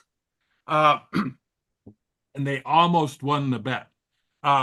Within months, a few short months of the time that after about a years of operation, when the commission came back to review whether or not wind was in fact cost effective, why the commission said, yep, it's cost effective. And within days and weeks of that finding, why the gearboxes started failing, and every single one of those gearboxes on those Zond 500s failed within the year and had to be replaced. But the cat was out of the bag, so to speak. The commission has said it's cost effective. And within 2 years after that, why NSP was busy bragging about how it was leading the industry into the renewable energy future. So the problem now has to do with how do we democratize that? Because it's one thing to go ahead and build a bunch of big solar farms and a bunch of big wind farms in remote locations where cartel capital continues to own and sell the power to the minions who pay for the transmission infrastructure while they reap the rewards based on their passive income tax credits and so forth. But the issue now is that how do we structure formations of wind and other renewable energies in a manner that allows those deployments to serve the local communities within which they're located? And if we do that strategically and do it right, there are literally hundreds of thousands of megawatts of new renewable energy that could be strategically sized and deployed across the United States with no new transmission. And if we do that, why those deployments will be structured in such a way that they lend themselves very nicely to community-based and local ownership. So I think I'll let you see what you think of that. Let me just also say that my book is out. It's called About Power: How to Democratize Electricity Now. You can go and buy it on Amazon if you want, but hopefully we'll find some other way to get it out to people who want to learn how to democratize electricity now. So your presumption, first of all, these were the first big utility scale machines that were deployed in the country. Didn't Jerry Brown put some 50 and 100 kilowatt machines at Altamont Pass in the 70s? Wasn't there a deployment of that, Paul? You're a Californian. Maybe you know about that, but they were certainly not. Oh, there you go. Oh, how about that? There's a solar panel. And so we're talking about democratizing electricity, and the pioneering work that came out of the anti-nuclear fight in Minnesota. Jerry Brown, ran for president in '76. He really impressed the people of New Hampshire by driving around the state with Linda Ronstadt. That had a big positive impact on all those people in New Hampshire. But he used to call us at the Clamshell Alliance to try and get our support, and that was especially in 1980, actually. But when were the windmills deployed, Paul Geip? Do you remember at Altamont Pass? Well, they were deployed in California. I mean, there are half a dozen passes in California had commercial scale wind turbines. The three main ones was the Altamont Pass, as Harvey said, the Tehachapi Pass, where I was based, and the San Gorgonio Pass, which is near Palm Springs. And so then the late 1980s, early 1990s, we were deploying the 500 kilowatt, 700 kilowatt machines that George was referring to. Yeah, part of the issue there. Paul, were those two-bladed windmills? Well, there were a lot of two-bladed wind turbines in California, and they're not there now. Yeah, I know that. That's why I'm bringing it up. Well, it was interesting because the Altamont machines were also killing birds, and of course the anti-wind forces jumped on that as if they actually cared about birds. But when Jerry came back as governor, one of the first things he did was replace those early machines with the bigger machines. And is that right, Paul? Well, that's not quite correct, Harvey, but I'd like to go back to George and ask George, what specific policies do you propose to get renewable generation in the hands of the people? That's what I think is important. So, George? Yeah, well, the first thing you need to understand is how are we going to redefine energy neighborhoods? And energy neighborhoods need to be defined, and there needs to be policy to enforce it, which is essentially the area served by load-serving substations. That becomes the new base load, as opposed to the great big huge nukes and coal machines that in the central station era are called base load power. baseload power in the modern area will be that minimum load within the footprint of each load-serving substation. That's at the minimum. It's the minimum load, which means that you can put generation within that footprint, hook it up on the low voltage side of the substation, and none of that power will ever flow back onto the high voltage grid. It will all be consumed within that footprint because the electricity follows the path of least resistance. Once that is done, and that over the country, that amounts to, like I say, hundreds of thousands of megawatts of new deployment that could happen. And then you can do your power flow analysis and increment that up based on what usage is and what growth rates are projected to be and how much it costs to reconductor. But the opportunity to use the modern technologies to get strategic about distributed and dispersed generation serving local communities with economic democracy attached to it is right. It's ready to go. That's okay. That's defining where the generations should go, but what is the policy that will make it happen? Well, the policy that'll make it happen is a policy that says every utility has to define the energy neighborhoods according to their load serving substations. They have to identify how much capacity can be installed within the footprint on the low voltage side of each substation, and then we have to create the mechanisms to do that. Now, do we want the power companies to own that?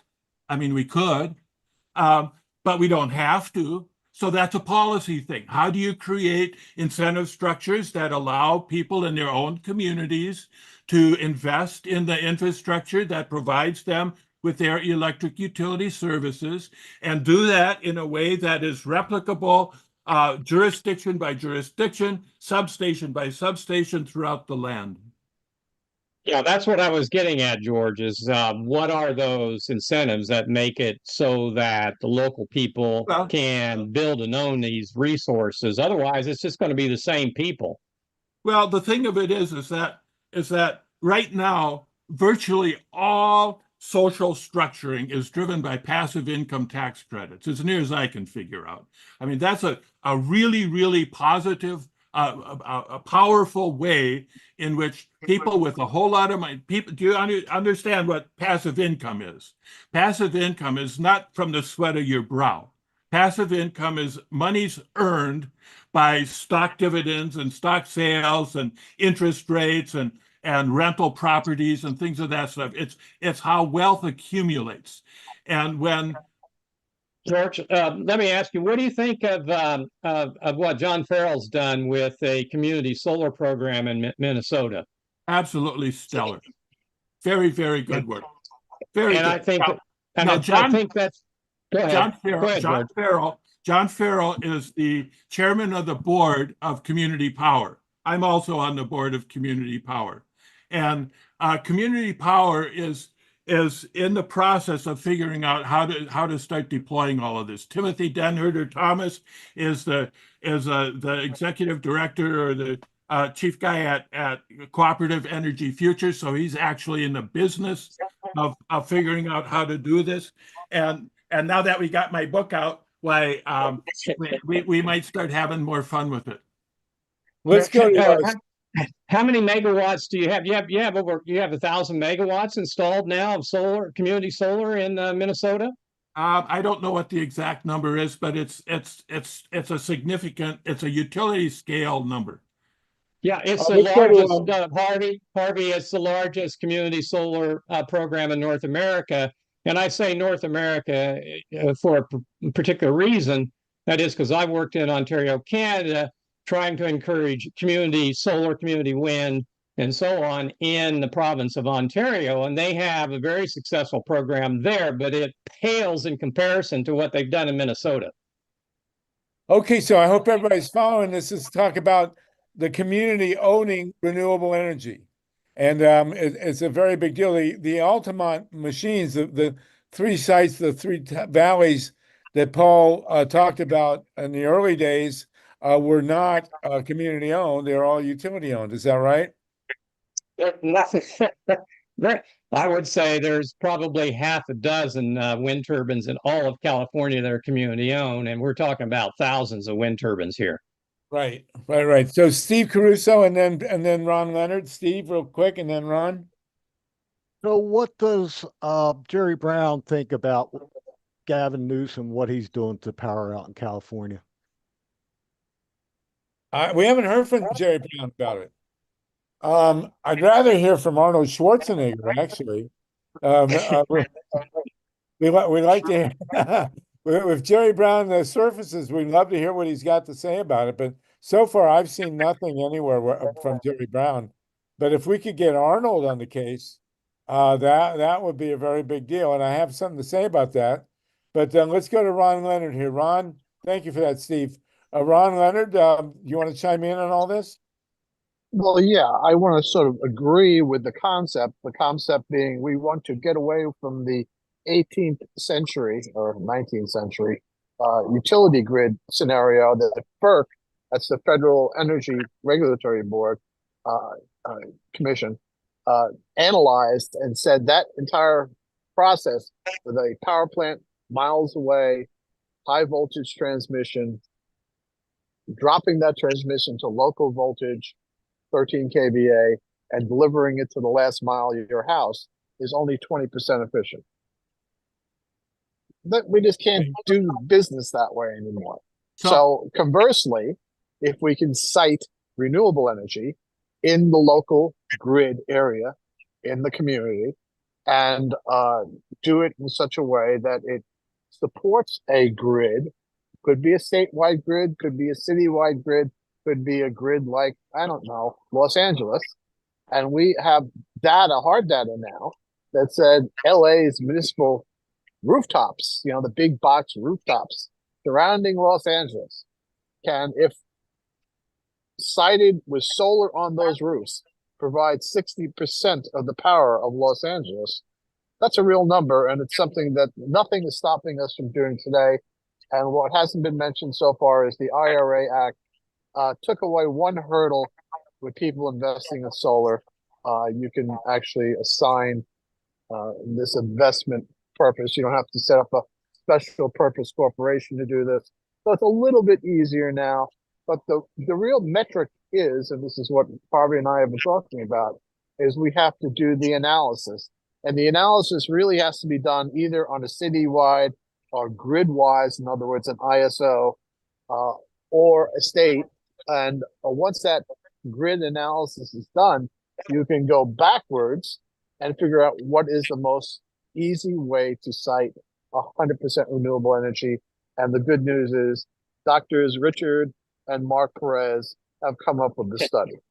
Well, here, Paul, and then I want to jump in. Go ahead, Paul Geip, did you want to say something? Well, I would just go back to the same question I asked George earlier. So what are the incentives to accomplish that? So we have all these warehouses in Los Angeles, for example, that could have solar on them. They don't pay today to put solar on them. You can't put solar on them. There's no mechanism to put solar on them. You need a mechanism. And they started that process in Minnesota with the seabed program that George was involved in. And also the same policy principle that the community solar that's been developed with John Farrell and his team there in Minnesota. So you need some way to pay for the solar. And so I go back to George and say, the basic principle is if you pay for it, it will come. Yeah, you need a tariff. What you need is a viable tariff. Is what you need, and an understanding of how the deployment works. And if you want that, just get my book, because it talks all about it. It gives a nice history about why we get how the central station era started and why it's obsolete now and how it's being replaced and all that. So there's even some jokes in it. So you might like that too. Right. So here's the magic. Los Angeles has the municipal utility, the Los Angeles Department of Water and Power. And it should technically, well, let's put it this way. The CEO of Pacific Gas and Electric is paid $14 million a year minimum, $17 million actually, minimum a year. A few years ago, she was paid 40 million. The CEO of the LADWP makes 750 grand. Peanuts, right? So the bottom line is we own the DWP. It is a municipal utility.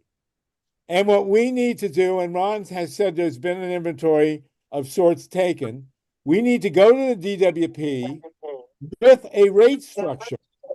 Somebody's yapping in the background. I don't know where that's coming from.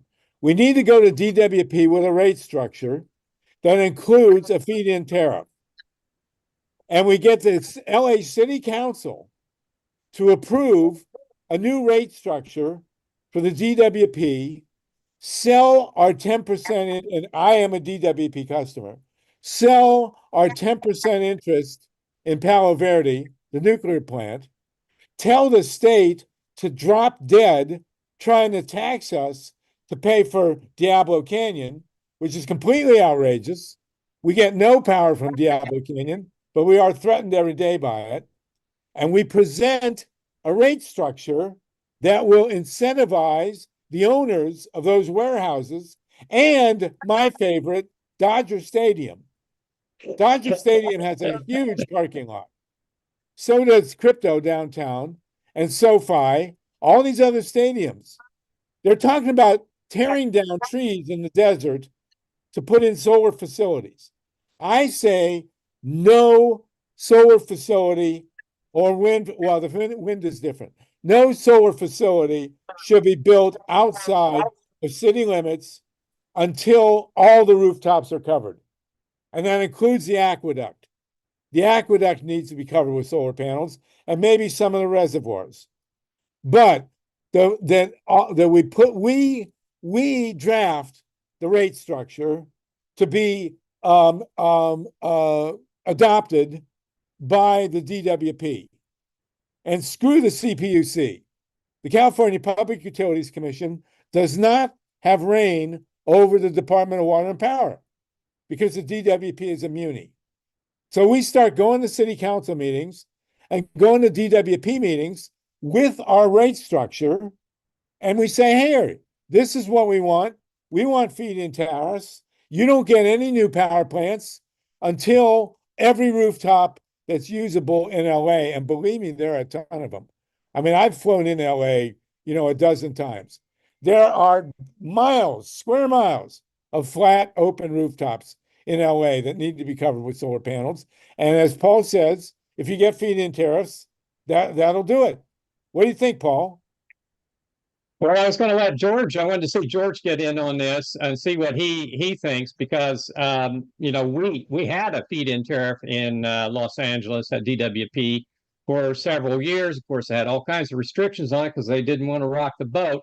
And I would say, it would take a citizens movement to get DWP to do this.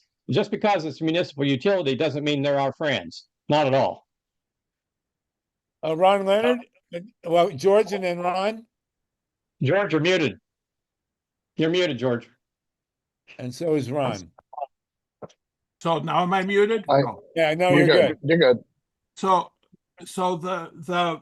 the problem we tried this once already with seabed. You mentioned community-based energy development to do seabed. The problem was that seabed was in contention with the renewable energy standard, which the D's wanted, and the R's got all excited because now they got to be for renewable energy over the D's, but in order to do seabed, what they made us do, they made me and my buddies, all three of us, negotiate with a moderate army of utility lawyers and lobbyists and engineers to define the seabed tariff. And they defined it in such a way that they win, we lose, and so they won and we lost. But the thing about doing that is that if you strategically size your we were trying to do it on the high voltage side of the substations. We were trying to sell it back. The new thing here with about power is that the first step needs to be on the low voltage side of the load serving substations, because that's the power that goes right to the people. And there's no reason why that couldn't be at the retail rate, because that's what they're consuming It's retail power. And there's no reason that that power couldn't flow right back into the community that's purchasing the power. So now you have an economic engine to it. And now you can negotiate what happens with power that gets pushed back onto the grid. But there's clearly every opportunity for intelligent people to figure this out. Well, Ron Leonard, what do you think? That's his fatal flaw, intelligent people. So there's this guy, Samuel Longthorn Clemens, who said, suppose I was an idiot. Suppose I was a congressman. Oh, sorry, I repeat myself. Well, we're not. So the bottom line is, it's easier than we're talking about. And what I'm saying is there are three ways that power moves over the grid. And one would be the most minimal way, which California has killed, which would be net metering. You would be able to transfer power that you didn't use in your solar system back to your neighborhood and get paid an equal or reasonable amount. The other is behind the meter.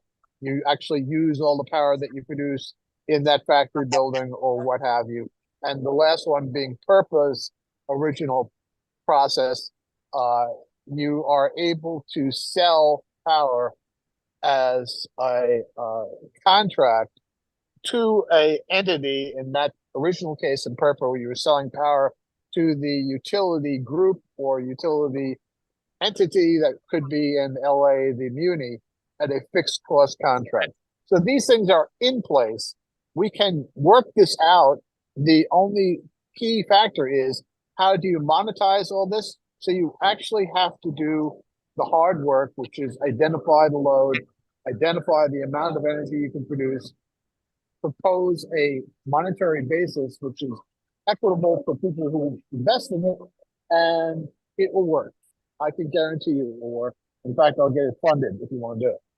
Well, I live in Los Angeles, and I have met more than 3 intelligent people, all of whom are on this call right now. So, Were they congressmen? No, we don't need any congressmen. That's the point. We don't need the congressman because we have immunity. Here we have Paul Newman, a classic LA guy who has solar panels on his roof. And, we just got to multiply that by 1 million. And there's no reason why we can't compose our own rate structure for the LADWP and turn every rooftop in Los Angeles to a behind-the-meter microgrid producer. And all I'm saying is we probably do not need a new rate structure. We have rate structures that would cover it, thus eliminating having to vote for that. Want to make it easier. Well, but we don't have a rate structure in place in LA because I think we do. I would argue that. If you got it and marijuana is legal in LA, so we can. Oh, there you go. We're going to sell it to all the marijuana growers. Exactly. So yeah, many of the warehouses, I'm sure, once they get solarized, will be raising pot right in LA. But the other thing is, there's enough warehouse space in LA. We can also manufacture solar panels in LA. And there are some solar panels being manufactured in LA now. Right. So now wind will not be a factor in LA, as I'm sure Paul can. But offshore, we can get all the wind we need into San Onofre and into Diablo Canyon after we shut that nuclear plant, and use the switching station there to bring the wind power from offshore into the existing grid. But the bottom line here is that LA could be the world's first totally self-sufficient urban power plant. And we have having immunity at our disposal should be the magic wand. Wouldn't you think? We have westerly winds in the morning. And in the morning, we have easterly winds coming from the hot desert. And as it heats up in the desert, it draws the colder air towards the desert over the mountains. They could put wind machines in the mountains. Somebody proposed that actually, and generate electricity. Well, there you go. So, okay, Wendy and Tatanka, and we're actually got down to 16 minutes. So go ahead, Wendy, real quick, and then Tatanka. Wow, look at that. Thanks. Yeah, there's a lot that's happened since I first put my hand up and Okay. thought of Okay. I had Okay. Yeah. Thank you. So okay, so just to start, like I'm in Miami, the Sunshine State. So we're actually the capital of the continental US for thunderstorms as well. So a lot of wind. I'm in a very Cuban area, and it's just kind of a cultural thing where everybody has like ornamental windmills on their lawn, and I'm like, why aren't we using this? It's driving me completely mental, like that we could be harnessing this. And there's just so much around us that we could literally just be harnessing and making electricity with, and I could be selling my excess to my neighbor, or we could share it and have, you know, that's what a true microgrid is, where it's truly decentralized. And if we were to even think about, say, everybody had these like small scale combined with solar and whatever else has yet to even like made it into manifestation, because we haven't given ourselves that credit or that resource yet.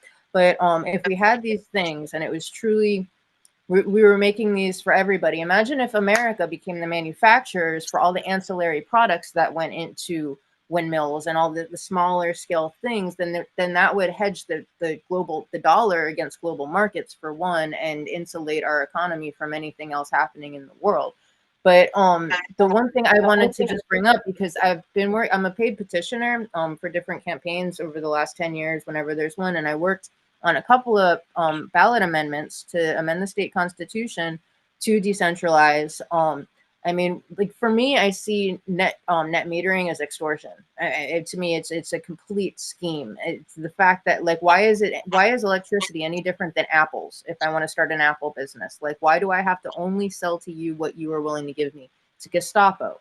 And what happened with our ballot initiatives, and I'm telling this to you guys in case, like, because I feel like there's a market in Florida for people who are still sore from what happened when Florida Power and Light started fake campaigns, which I'm sure they've done in other states too, whenever there's an amendment to create a regulatory framework so that people would be able to financially have a structure that they could sell their own electricity that was away from the grid. And that's not net metering. It's actually creating their own electricity and selling it to their neighbor or their community. It's illegal in Florida because FP&L they bought out newspapers, they hired fake candidates, and they did all these things. I was a petitioner. I was actually like followed places it wasn't safe for me to be collecting signatures just to have a free market. And I'll tell you, and I'm almost done.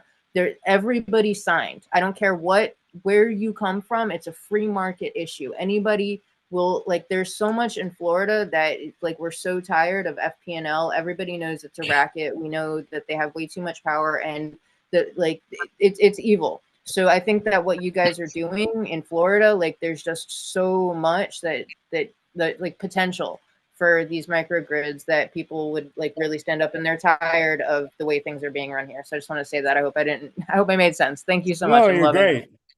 Very good. Very good. We really appreciate that. And you know, Florida, Florida.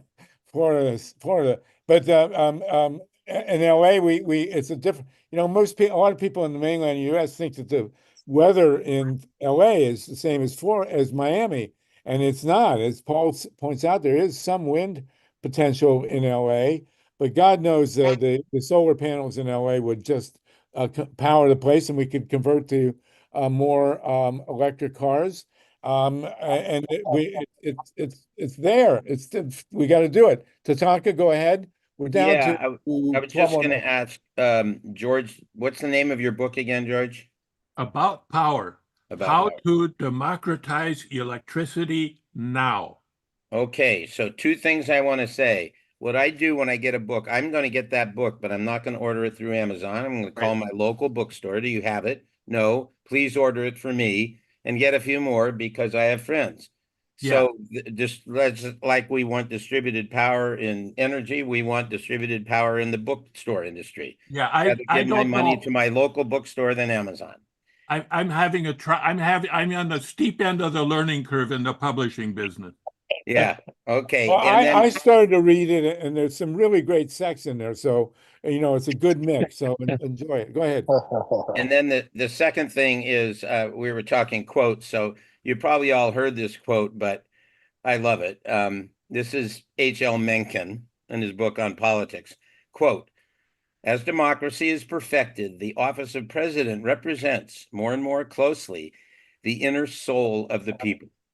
On some great and glorious day, the plain folks of the land will reach their heart's desire at last, and the White House will be adorned by a downright moron." Oh, I geez. think we've already had that a few times. I know. But anyway, okay, a down low moron is what we had most recently. Go ahead, Ron Leonard, please, and then Carla, and then we're almost out of time, guys. Go ahead, Ron. Harvey, just to give you an example of the existing rate structure that can be used, what Wendy was talking about has been used in California for a while. It's called a virtual power plant. Multiple homes or businesses could put power onto the grid, form a virtual power plant, and that power could be marketed in a beneficial way to that community. And one of the beneficial ways that power was marketed to California was to prevent two, not one, but two colossal blackouts when the temperature was above 110 degrees. Right. And successfully now, I live on a cul-de-sac, which Tatanka has seen, and we could use a solar on my cul-de-sac to completely power the 10, 12 houses. Of course, I would have to make sure it's kosher, but otherwise it would be fine. Carla Sand, go ahead, Carla. Carla Sand, unmute. Let's see. Yeah, go okay. Carla. It takes a while to get unmuted. Go ahead. Okay. I just have to say this. I used to be the assistant to the commissioner of the Minnesota Energy Agency, and you are looking at George Crocker, the very person, if that telephone rang and they said, "This is George Crocker," the electricity just ran through that agency. Those were good times right after the oil embargo in late 70s, early 80s. So he made people shake, let me tell you. I Well, just that's had to of say course, that. well, that's part of it because since he grew that white beard, they thought he was Santa Claus. But but yes, absolutely. It really George has moved mountains in LA. I mean in Minnesota. And Paul Geip, you want to jump in? Paul Geip is Yeah, responsible. I just wanted to add, Harvey, that in addition to George's book, which I think you should get, there's also another book called Energy Democracy along the same lines. It's a superb book. If you want to look at an extensive review of the book, you can find that on my website, win-works.org. Search for Energy Democracy. It's an excellent book. I highly recommend it. It'll be good complement to George's book. Well, I'll tell you, we need to have a Zoom call after all this crazy election is over, if we still have a democracy, to really chart out exactly what we're going to do in Los Angeles. I mean, we are totally set up, and Los Angeles is we need to sell the 10% of the nuclear plants. We need to have a very specific map of which rooftops should go first in LA. We got to get Magic Johnson and LeBron James to get the Dodger Stadium and Crypto Arena. Maybe bring in Mark Cuban, the billionaire who owns, or who used to own the Mavericks, and do this. Paul's got panels on his rooftop. I've been waiting to put them on my rooftop because I don't want to be required to hook up to the grid. I can't get installers to put the there's Paul. There's a Paul Geip right there. You look good, Paul. I don't want to be required to hook up my solar panels to the grid if I'm just feeding into the usual nonsense there. So we can do this in Los Angeles. This is the birth of this plan. I don't know how many rooftops there are in LA. There's got to be at least 1 million or two. And we got to get into city council, get into the DWP, sell the nuke, leave Bayona wetlands alone and make this happen. There's no reason why we can't. So we'll bring George out to LA, and we'll go, and Ron will come out. We'll go out to Point Doom and sit on the beach and plot this all out. By train. Paul's only a couple hours from LA, and there you have it. So everybody on the call, call Southwest Airlines, get your ticket while they still have the. I don't fly. That's not what I heard. No, but I'll have to go on a train. That's okay. That's cool. You can do that. But John, we still have trains in California. Do they? Okay. Yeah, actually, I actually rode the train from Minneapolis to. I got on a train. It was so great. I walked onto a train in Ann Arbor. We went through Minneapolis, and I wound up in Seattle and walked off the train. That was such a great feeling. So anyway, so listen, this has been another great call. I've been looking at the news. I got a news flash earlier that protesters had broken into the DNC, but I don't see any reports of that on the news. So we'll see. We'll see what happens. It was on CBS, and it sounded like it was contained. So, I also saw a report that the DNC was I'm sorry, that Netanyahu had agreed to a ceasefire. So God knows if that's true, and they're waiting to hear from Hamas, but who knows what's going to happen there. So listen, next 2 weeks. Next week I have my daughter's wedding. She's getting married this Thursday. My daughter will be getting married as they wrap up the Democratic National Convention, but we will not meet next Monday or the week after. So in 3 weeks, we'll be back together. We will have a definitive exploration of what's happening with the decertification scheme of Steve Bannon, who's still in prison. I'd love to see him join us from prison. Steve, how are you? And then we will also go further into this scheme to put totally solarize Los Angeles. I mean, I think we're all in agreement that if Los Angeles was totally solarized, the world would change. I mean, that would be a very, very big deal. And there's no reason why it can't be done, especially with the gift of immune utility.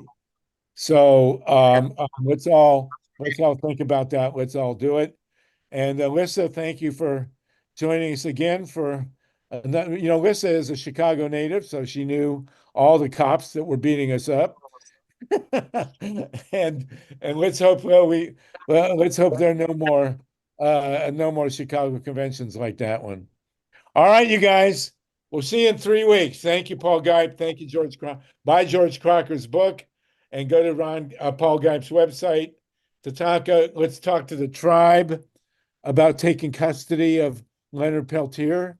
I'm surprised. Maybe people have thought of it and it just didn't fly, but seems to me a sane option here. All right, everybody, no nukes. 100% renewable energy. And when next we meet, my daughter will be a married woman. Dang. All right, guys. And Paul, you still don't have a picture of Eleanor up there with, and Vinny has a beautiful picture of Eleanor. She was a beautiful young woman. You got to put her up next to Franklin there. He's lonely. You guys just need to exchange pictures there. Yeah, absolutely. Don't laugh so heartily when you say your daughter's getting married, Harvey. I know you probably wait forever for that, but that's just. She's married a great guy into a great family. It couldn't be better. All right, I'll have her on with her new husband if they'll come on. Okay, you guys. No news, everybody. Mazel tov, si se puede. 3 weeks.